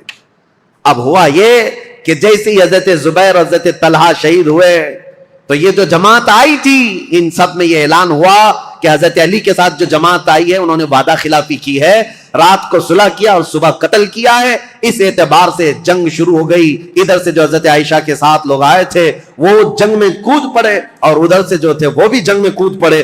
یہ گھمسان کی جنگ چلتی رہی. اتنی سخت جنگ تھی، اتنی سخت جنگ تھی کہ ایک دن کے اندر 12,000 مسلمان قتل ہوئے. بہت سخت قسم کی یہ تاریخ ہے. یہ مجھے بتانا اس لیے بھی ضروری ہے کہ کوئی اٹھ پٹانگ تمہارے دلوں میں نہ ڈال دے. ہوا کیا تھا حقیقت یہ میں بتا رہا ہوں. لیکن حضرت عائشہ رضی اللہ تعالیٰ عنہا اب بات کرنا چاہ رہی ہیں حضرت علی سے اور حضرت علی عائشہ سے بات کرنا چاہ رہے ہیں. بیچ میں راستہ ایسا جنگ کا گھمسان چھڑا ہوا ہے کہ نہ ایک دوسرے سے بات کرنے کا موقع مل رہا ہے. یہاں تک کہ حضرت عائشہ کا اونٹ جس پر وہ بیٹھی ہوئی تھی، اس کا نام ہی جنگ جمل ہے. جمل عربی میں اونٹ کو کہتے ہیں. نام ہی جنگ کا جمل رکھ دیا گیا کیونکہ اونٹ پر ایک جھوپڑی لگائی جاتی تھی کجاوا، اس میں حضرت عائشہ بیٹھی ہوئی تھی. اس اونٹ پر اتنے حملے کر دیے تھے، اتنے حملے کر دیے ادھر کی جماعت والوں نے کہ حضرت عائشہ کی حفاظت کے لیے جو ادھر موجود تھے وہ عزت قبیلے کے لوگ ان میں صرف اونٹ کی حفاظت کے لیے 700 لوگ قتل ہو گئے تھے. ایک گرتا تھا، دوسرا پکڑتا تھا، دوسرا گرتا تھا، تیسرا پکڑتا تھا، لیکن ان جان بازوں نے اونٹ کو گرنے نہیں دیا. حضرت علی رضی اللہ تعالیٰ عنہ نے پھر حکمت کے ساتھ فرمایا کہ یہ جنگ ختم ہوگی اس وقت جب یہ اونٹ بیٹھے گا. تو اپنی ایک معتمد جماعت کو جو اہل حق تھے ان کو بھیجا کہ جاؤ تم کسی نہ کسی طرح سے اونٹ کو نیچے پیروں کی طرف سے کچھ زخمی کر دو یا کسی طرح اونٹ بیٹھ جائے. وہ گئی ایک جماعت حضرت علی کی طرف سے, جنگ کے لیے نہیں, انہوں نے کسی نہ کسی طرح اونٹ کو بٹھا دیا. جیسے اونٹ بیٹھ گیا ام المومنین نیچے آئیں. اگر حضرت عائشہ صدیقہ کے ساتھ کچھ بھی ہو جاتا امت میں بہت بڑا فتنہ ہوتا. رسول اللہ کی زوجہ کے ساتھ اگر کسی نے ہاتھ بھی لگایا ہوتا اس وقت بڑا مسئلہ ہوتا. حضرت علی کے لیے کتنا بڑا چیلنج تھا یہ, ان کی خلافت کے دور کا سب سے بڑا چیلنج ہے.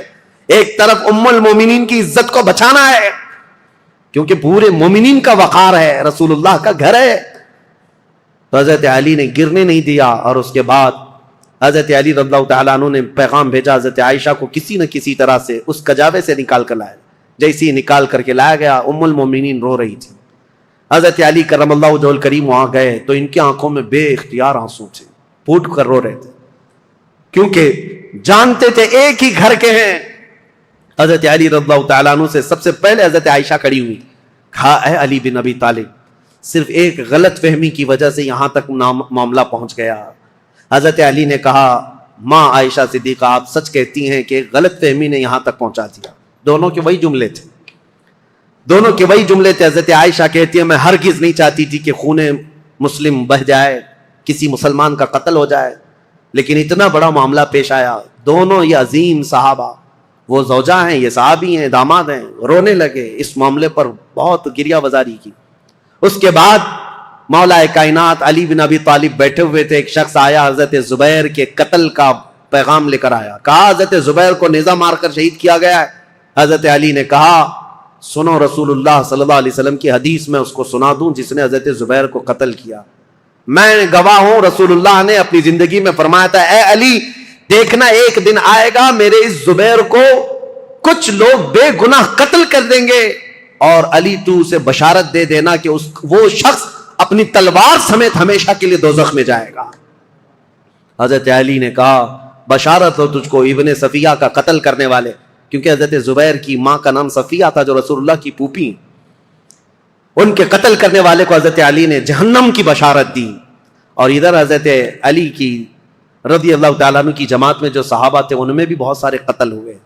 لیکن میرے عزیزو یہ غلط فہمی شیطان کی طرف سے ڈالی ہوئی سبائی فتنہ کتنا ڈینجر ہے آپ کو میں بتاؤں. اسی لیے کفار و مشرکین سے لڑنا آسان ہے, لیکن جماعت میں موجود غداروں سے اور منافقین سے لڑنا بہت بڑا چیلنج ہے, بہت بڑا چیلنج ہے. اسی لیے ہمیشہ سترک رہو, ہمیشہ محتاط رہو کہ تم اس دین پر قائم رہو جس پر اللہ اور اللہ کے رسول نے اپنے صحابہ کو چھوڑا ہے. اس کے علاوہ کوئی دوسرا راستہ امن والا ہے نہیں. یہ جنگ جمل ہے, اس کے بعد دونوں کے درمیان مصالحت ہو گئی اور پھر حضرت علی رضی اللہ تعالیٰ عنہ کوفہ واپس چلے گئے. حضرت عائشہ صدیقہ رضی اللہ تعالیٰ عنہ واپس مکہ مکرمہ آئیں. یہاں تک کہ میں آپ کو بتاؤں حضرت عائشہ جب نکلی تھی تو حضور کی ساری بیویاں, حضور کی ساری ازواج حضرت عائشہ کے ساتھ جا رہی تھی, لیکن جب حضرت عائشہ بصرہ جانے لگی تو حضور کی ساری ازواج وہاں سے نکل پڑی, کوئی ساتھ نہ آئی. اب اس معاملے کو میں آپ کے سامنے رکھتا ہوں میرے عزیزو, اے سنیو.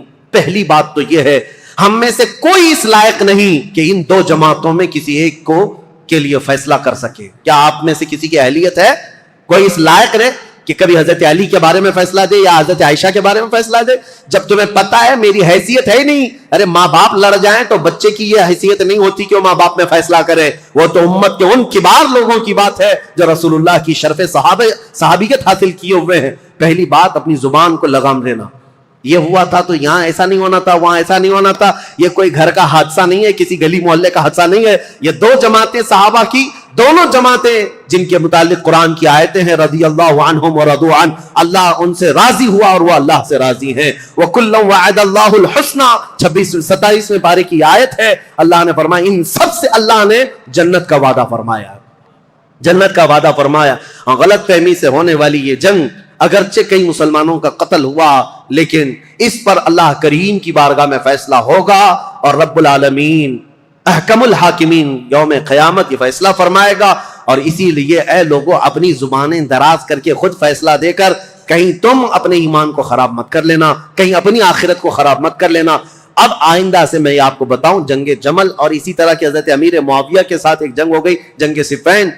اس کو تذکرے کی ضرورت نہیں، لیکن حقیقت میں وہاں پر بھی یہی غلط فہمی ہوئی تھی. حضرت امیر معاویہ چونکہ اعلان کر چکے تھے خون عثمان کا بدلہ لینا ہے، وہ بھی ملک شام سے آئے اور ایک جگہ پر حضرت علی رضی اللہ تعالیٰ عنہ کی فوج اور ان سے ٹکرا ہوا، اس میں بھی جنگ ہوئی، لیکن دو صحابہ کو حکم بنایا گیا، ایک حضرت عمر بن عاص اور ایک حضرت ابو موسیٰ اشعری. حضرت ابو موسیٰ اشعری حضرت علی کی طرف سے تھے، حضرت عمر بن عاص امیر معاویہ کی طرف سے تھے. سارے دونوں جماعتوں نے ان دونوں کو حکم بنایا اور کہا یہ جو فیصلہ کریں گے اس پر دونوں جماعتیں راضی ہوں گی. حضرت عمر بن عاص اور حضرت ابو موسیٰ اشعری نے دونوں نے آپس میں بات چیت کر کے ایک صلح نامہ بنایا، ایگریمنٹ بنایا، کیا کیا ہوگا آگے، کس کس طرح سے معاملات طے کیے جائیں گے. اس پر دونوں جانبین کی دستخط ہوئی. حضرت امیر معاویہ بھی ملک شام چلے گئے، حضرت علی بھی کوفہ آ گئے. جنگ نہیں ہوئی، یہ جنگ صفین، اس میں صلح ہوئی ہے، لیکن سبائی فتنہ یہاں پر بھی کام کر گیا. انہوں نے ایک نئی جماعت کھڑی کر دی، خارجیوں کی جماعت. انہوں نے یہ کہا علی نے بھی کفر کیا ہے، امیر معاویہ نے بھی کفر کیا ہے.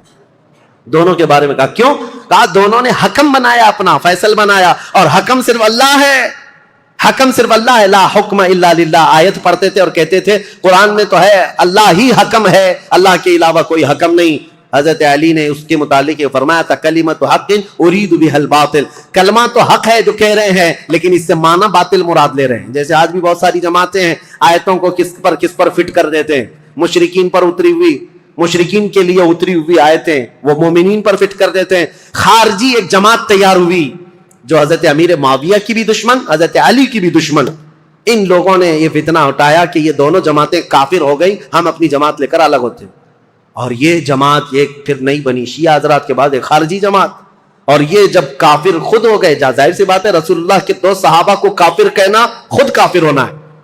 یہ جماعت نکلی، حضرت علی نے ان سے بھی مقابلہ کیا مقام نہروان میں. اور جتنے خارجی تھے یہ اتنے سخت ہو گئے تھے کہ جو بھی مسلمان گزرتا تھا اس کا پورا مال لوٹتے تھے اور اس کو جلا دیتے تھے. حضرت علی کی دشمنی میں مسلمانوں کے دشمن ہو گئے. تو پھر حضرت علی نے ان کے ساتھ مقابلہ کیا اور وہ جتنے خارجی ہوئے تھے ان کو قتل کیا. چند خارجی بچ کر کے وہاں سے نکل کر بھاگے اور انہوں نے اپنی الگ الگ جماعتیں بنائی. اب شدت بدلہ لینے کی شدت انتقام اتنا گھر کر گیا خارجیوں میں کہ 3 خارجی لوگ ایسے ہوئے میٹنگ کیا اور انہوں نے کہا دیکھو یہ روز روز کی جنگوں سے پریشان ہیں، یہ 3 بڑے لوگ جو ہیں علی بن ابی طالب، عمر بن عاص، امیر معاویہ، ان تینوں کو قتل کر دیتے معاملہ ہی ختم ہو جائے گا.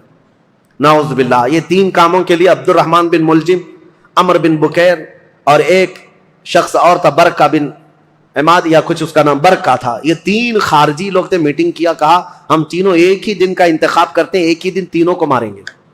3 بڑے صحابہ کو، حضرت علی کو، حضرت عمر بن عاص کو، حضرت امیر معاویہ. ان تینوں نے، حتیٰ کہ یہ جو عبد الرحمن بن ملجم ہے اس نے شادی کی، یہ عاشق تھا ایک عورت کا، اور اس نے شادی میں اپنی عورت کے مہر میں یہ رکھا تھا کہ 12,000 دینار مہر میں دوں گا اور علی بن ابی طالب کی گردن مہر میں دوں گا. قتل مہر میں رکھا تھا. اس قدر دشمنی کوٹ کوٹ کر بھری ہوئی تھی. اور ان تینوں نے ایک تاریخ متعین کی، رمضان المبارکہ کی. 17 رمضان کو تینوں اپنے اپنے علاقوں میں گئے. حضرت علی کوفہ میں تھے، حضرت عمر بن عاص یہ مدینے میں یا دوسرے علاقے میں تھے، حضرت امیر معاویہ ملک شام میں تھے. تینوں پھیل گئے اپنے اپنے ان منصوبوں کو لے کر.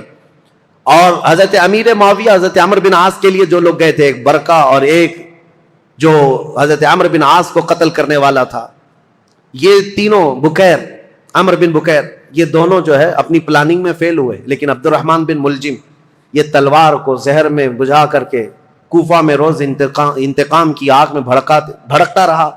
اور حضرت علی رضی اللہ تعالیٰ عنہ ایک رات سوئے ہیں اور خواب میں رسول اللہ صلی اللہ علیہ وسلم کو دیکھا، جیسے حضرت عثمان اپنی شہادت کے دن ایک دن پہلے دیکھے. حضرت علی رضی اللہ تعالیٰ عنہ نے خواب میں رسول اللہ سے عرض کیا، یا رسول اللہ میری امت نے مجھے ٹھیس پہنچائی، آپ کی امت کے کچھ لوگوں نے مجھے ٹھیس پہنچائی. رسول کریم صلی اللہ تعالیٰ علیہ وسلم نے فرمایا، اے علی تم کل کھڑے ہو جانا، ان قریب وہ پوری قوم ہلاک ہوگی جس نے تجھے ٹھیس پہنچائی. رسول کریم صلی اللہ تعالیٰ علیہ وسلم نے فرمایا، اور ان کی زندگی میں ہی یہ حضور نے فرمایا تھا، علی جو جماعت تم سے نفرت کرے گی وہ جہنم میں جائے گی. حضور نے تو منافق کی علامت بھی بتائے، جس کو علی سے بغض ہوگا وہ مومن نہیں منافق ہوگا، زندگی میں فرمایا تھا. تو حضرت علی نے خواب دیکھا، صبح حضرت حسن کو اٹھایا بستر سے، امام حسین کو اٹھایا، کوفہ میں تھے، کہا کہ چلو فجر کی نماز کے لیے جا رہے تھے. اور حضرت علی کی عادت تھی فجر کی نماز کے لیے لوگوں کو جگاتے تھے، ہر گھر سے آواز دیتے تھے زور سے. حضرت حسن اور حضرت حسین کو اٹھایا اور کہا میں نے خاتم رسول اللہ کو دیکھا ہے، اور رسول پاک صلی اللہ تعالیٰ علیہ وسلم نے مجھ سے یہ فرمایا، وعدہ فرمایا. اور اس کے بعد یہ کہتے ہوئے حضرت علی محراب کی طرف بڑھ رہے تھے. سارے لوگوں کو یہ عبد الرحمن بن ملجم نے حضرت علی کرم اللہ وجہہ الکریم کے چہرے پر وار کیا، اور وہ تلوار سے حضرت علی رضی اللہ تعالیٰ عنہ کے انجانے میں چہرے سے ایسا گھاؤ بیٹھا کہ ایک کے بعد دیگرے کئی حملے کیے نماز پر جانے والے کے لیے. اور اسی وقت حضرت علی رضی اللہ تعالیٰ عنہ کے جسم میں زہر بھی سرایت کر گیا. چہرے سے لے کر حضرت علی رضی اللہ تعالیٰ عنہ کے کندھے تک زخم آیا تھا.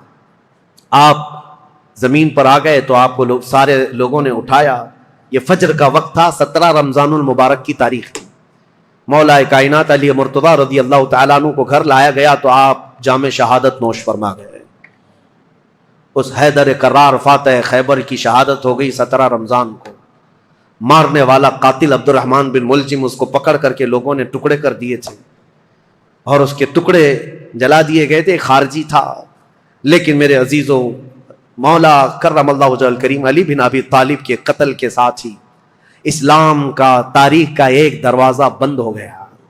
یہ ایک ایسا دور تھا جہاں پر خلافت راشدہ ختم ہو گئی. خلفائے راشدین جو 4 ہیں، اور بعض نے حضرت حسن بن ابی طالب کو بھی خلفائے راشدین میں شمار کیا. اب میں یہاں تاریخ کو روک دیتا ہوں اور عرض کرتا ہوں، میرے آقا نے فرمایا تھا کہ میرے بعد 30 سال خلافت ہوگی. الخلافت بعدی 30 ثم الملوک. 30 سال میرے بعد خلافت ہوگی اور اس کے بعد بادشاہت آ جائے گی. اب حساب کرو، سیدنا ابو بکر صدیق کا زمانہ 2.5 سال کا، 2 سال کچھ مہینے. حضرت عمر فاروق رضی اللہ تعالیٰ عنہ کا زمانہ 10 سال، کتنے ہوئے؟ 12.5 سال. حضرت عثمان بن عفان رضی اللہ تعالیٰ عنہ کا زمانہ 12 سال، کتنے ہوئے؟ 24 سال. حضرت علی بن ابی طالب رضی اللہ تعالیٰ عنہ کی خلافت کا کل زمانہ 5 سال کچھ مہینے تھا. کتنے ہوئے؟ 29 سال. 6 مہینے بچے تھے جس میں حضرت امام حسن خلیفہ ہوئے تھے. اسی لیے بہت سارے مفسرین محدثین یہ کہتے ہیں وہ بھی خلفائے راشدین میں شامل ہیں. 6 مہینے کے بعد انہوں نے خلافت امیر معاویہ کو دے دی تھی، لیکن خلافت کا دروازہ یہاں پر جو راشدہ ہے، خلافت راشدہ بند ہو گیا. خلفائے راشدین کا وہ سنہرا دور ختم ہو گیا. عزیزان گرامی، اسلام کی تاریخ کی وہ سچائیاں ہیں جو ہر جوان کو سننا چاہیے. 17 رمضان کو کوفہ والے کہتے ہیں بدلیاں ایسی چھا گئی تھیں، لگتا تھا کہ لوگ تو لوگ ہیں، آسمان بھی رو پڑا ہے علی بن ابی طالب کی شہادت میں. حضرت علی کرم اللہ وجہ الکریم کا جسد خاکی لایا گیا. امام حسن نے نماز جنازہ پڑھائی، امام حسین نے غسل دیا تھا، اور آپ کو کوفہ شہر کے اسی مسجد کے کنارے دفن کیا گیا تھا. بعض روایات میں ہے آپ کے جسد مبارکہ کو لوگوں سے چھپا کر کے رکھا گیا تھا، کیونکہ خارجی جو جماعت تھی وہ اتنے شدید قسم کی نفرت کر رہے تھے کہ کہیں قبر کو اندھیرے میں کھود کر توہین نہ کریں، بے حرمتی نہ کریں. مولا کائنات علی مرتضیٰ رضی اللہ تعالیٰ عنہ کی قبر مبارکہ کو چھپایا گیا تھا. لیکن بہت ساری روایتیں بتاتی ہیں مقام نجف اشرف جو کوفہ کا حصہ تھا جہاں مولا علی کو دفن کیا گیا، آج بھی امیر المومنین کا دروازہ بڑی شان کے ساتھ کھلا نظر آتا ہے. اور ان کی تربت انور پر جب جھنڈا لہراتا ہے تو میرے عزیزوں کئی مرتبہ نجف جانے کا موقع ملا، کئی مرتبہ عراق گیا. جب بھی اس لہراتے ہوئے جھنڈے کو دیکھتا ہوں تو خیبر یاد آ جاتا ہے. مولا کائنات کی وہ تلوار کی شکلیں لٹکائی گئی ہیں. اگرچہ شیعہ لوگوں کی وہاں پر حکومت ہے، لیکن حیدر کرار کے دربار میں جاتے ہیں تو دل ہچکونے لینے لگتا ہے اور بدن میں کپ کپی آتی ہے. اس دربار میں آئے ہیں جس نے خیبر کے پھاٹک کو ایک ہاتھ سے اکھاڑ کر پھینکا تھا، جس نے اسلام کی تاریخ میں ایک نیا دروازہ کھولا تھا، جس کو رسول اللہ نے اپنی وفات کے وقت تک پسند کیا تھا. آپ کو پتا ہے پیدا ہوئے علی، حضرت علی جس دن پیدا ہوئے رسول اللہ نے اپنا لعاب پاک ان کو چٹایا تھا. روایات یہ ہیں حضرت علی نے آنکھیں کھولی نہیں تھی، سب سے پہلے آنکھیں کھولی تو دیکھا تو چہرے رسول کو دیکھا تھا. رسول کریم صلی اللہ تعالیٰ علیہ وسلم کے گھر میں پرورش پائے، اپنے باپ کے گھر میں نہیں، رسول اللہ کے گھر میں. جب رسول اللہ نے اسلام کی دعوت دی، سب سے پہلے اسلام لانے والے علی بن ابی طالب تھے.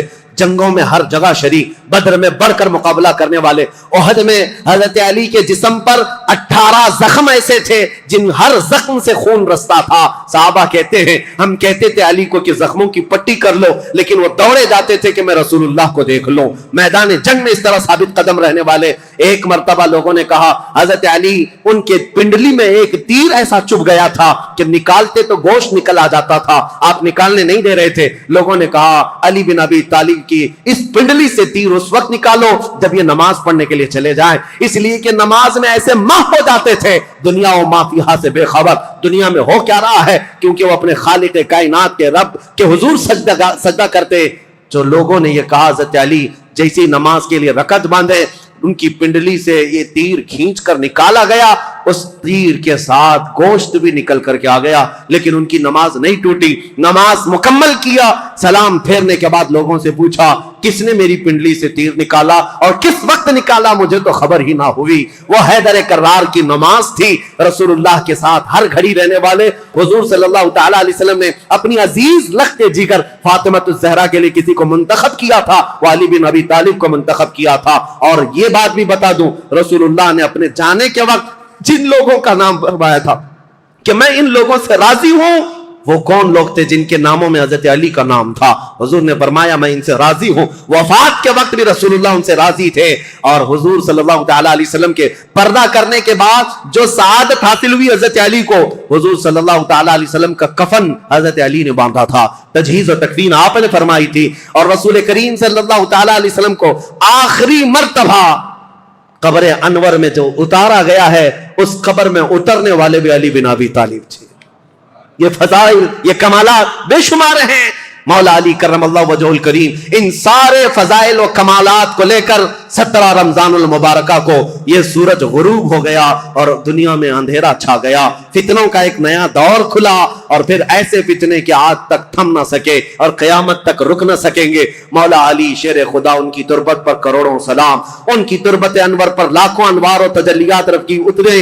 عزیزان گرامی وقار، بات صرف اتنی کہوں گا، یہ چاروں خلفائے راشدین ہر ایک کا اپنے دور میں ایک ایک کمال ہے، اور ایسا کمال ہے کہ یہ چاروں خلفائے راشدین کی تاریخ اگر میں ایک جملے میں عرض کروں تو بات صرف اتنی ہے، اسلام تیری نبض نہ ڈوبے گی حشر تک، اسلام تیری نبض نہ ڈوبے گی حشر تک، تیری رگوں میں رواں خون ہے 4 یار کا، تیری رگوں میں رواں خون ہے 4 یار کا۔ اسلام کی یہ سرسبز و شادابی جو آج دیکھتے ہیں، یہ رسول اللہ کے ان خلفائے راشدین کا خون ہے، ان کی محنتیں ہیں، ان کا کردار ہے، اور آج بھی دنیا یہ خلفاء کی مثال لانے سے عاجز ہے۔ بڑے بڑے بادشاہ آئے ہوں گے، لیڈر آئے ہوں گے، حکمران آئے ہوں گے، لیکن میرے مصطفیٰ کی یہ 4 غلام کوئی لا کر کے دکھا دے، وہ کوئی دنیا اس طرح کے غلام لا نہ سکے گی۔ حیدر کرار جو ٹوٹی چٹائی پر بیٹھ کر لوہے محفوظ کا مطالعہ کرتے ہوں، رسول اللہ صلی اللہ تعالی علیہ وسلم کے ان غلاموں کی تربت پر مولا کروڑوں رحمت نازل فرما۔ اخیر میں دعا ہے مولا تاریخ اسلام کی یہ سچائیاں پوری کائنات میں موجود ہر مسلمان نوجوان کے سینے میں جاگزی فرما دے۔ اے اللہ، ہم تیرے دربار میں صدیق اکبر کی صداقت کا صدقہ مانگتے ہیں، فاروق اعظم کی عدالت کا حصہ مانگتے ہیں، عثمان غنی کی سخاوت کا جز مانگتے ہیں، مولا حیدر کرار کی شجاعت کا ٹکڑا مانگتے ہیں۔ مولا ان خلفائے راشدین کے کچھ حصے صدقے میں ہمیں عطا فرما، اور قیامت تک آنے والی ہماری نسلوں کو ان صحابہ کی غلامی میں زندگی عطا فرما۔ رسول اللہ صلی اللہ علیہ وسلم کے قدموں میں زندگی عطا کر، اور ان کے جلوں میں موت عطا فرما۔ مولا جب قیامت کے دن اٹھائے تو بدکاروں کے ساتھ نہ ہو، مولا ہمارا حشر رسول اللہ کے ان صحابہ کے ساتھ عطا فرما۔ وآخر دعوانا الحمدللہ رب العالمین۔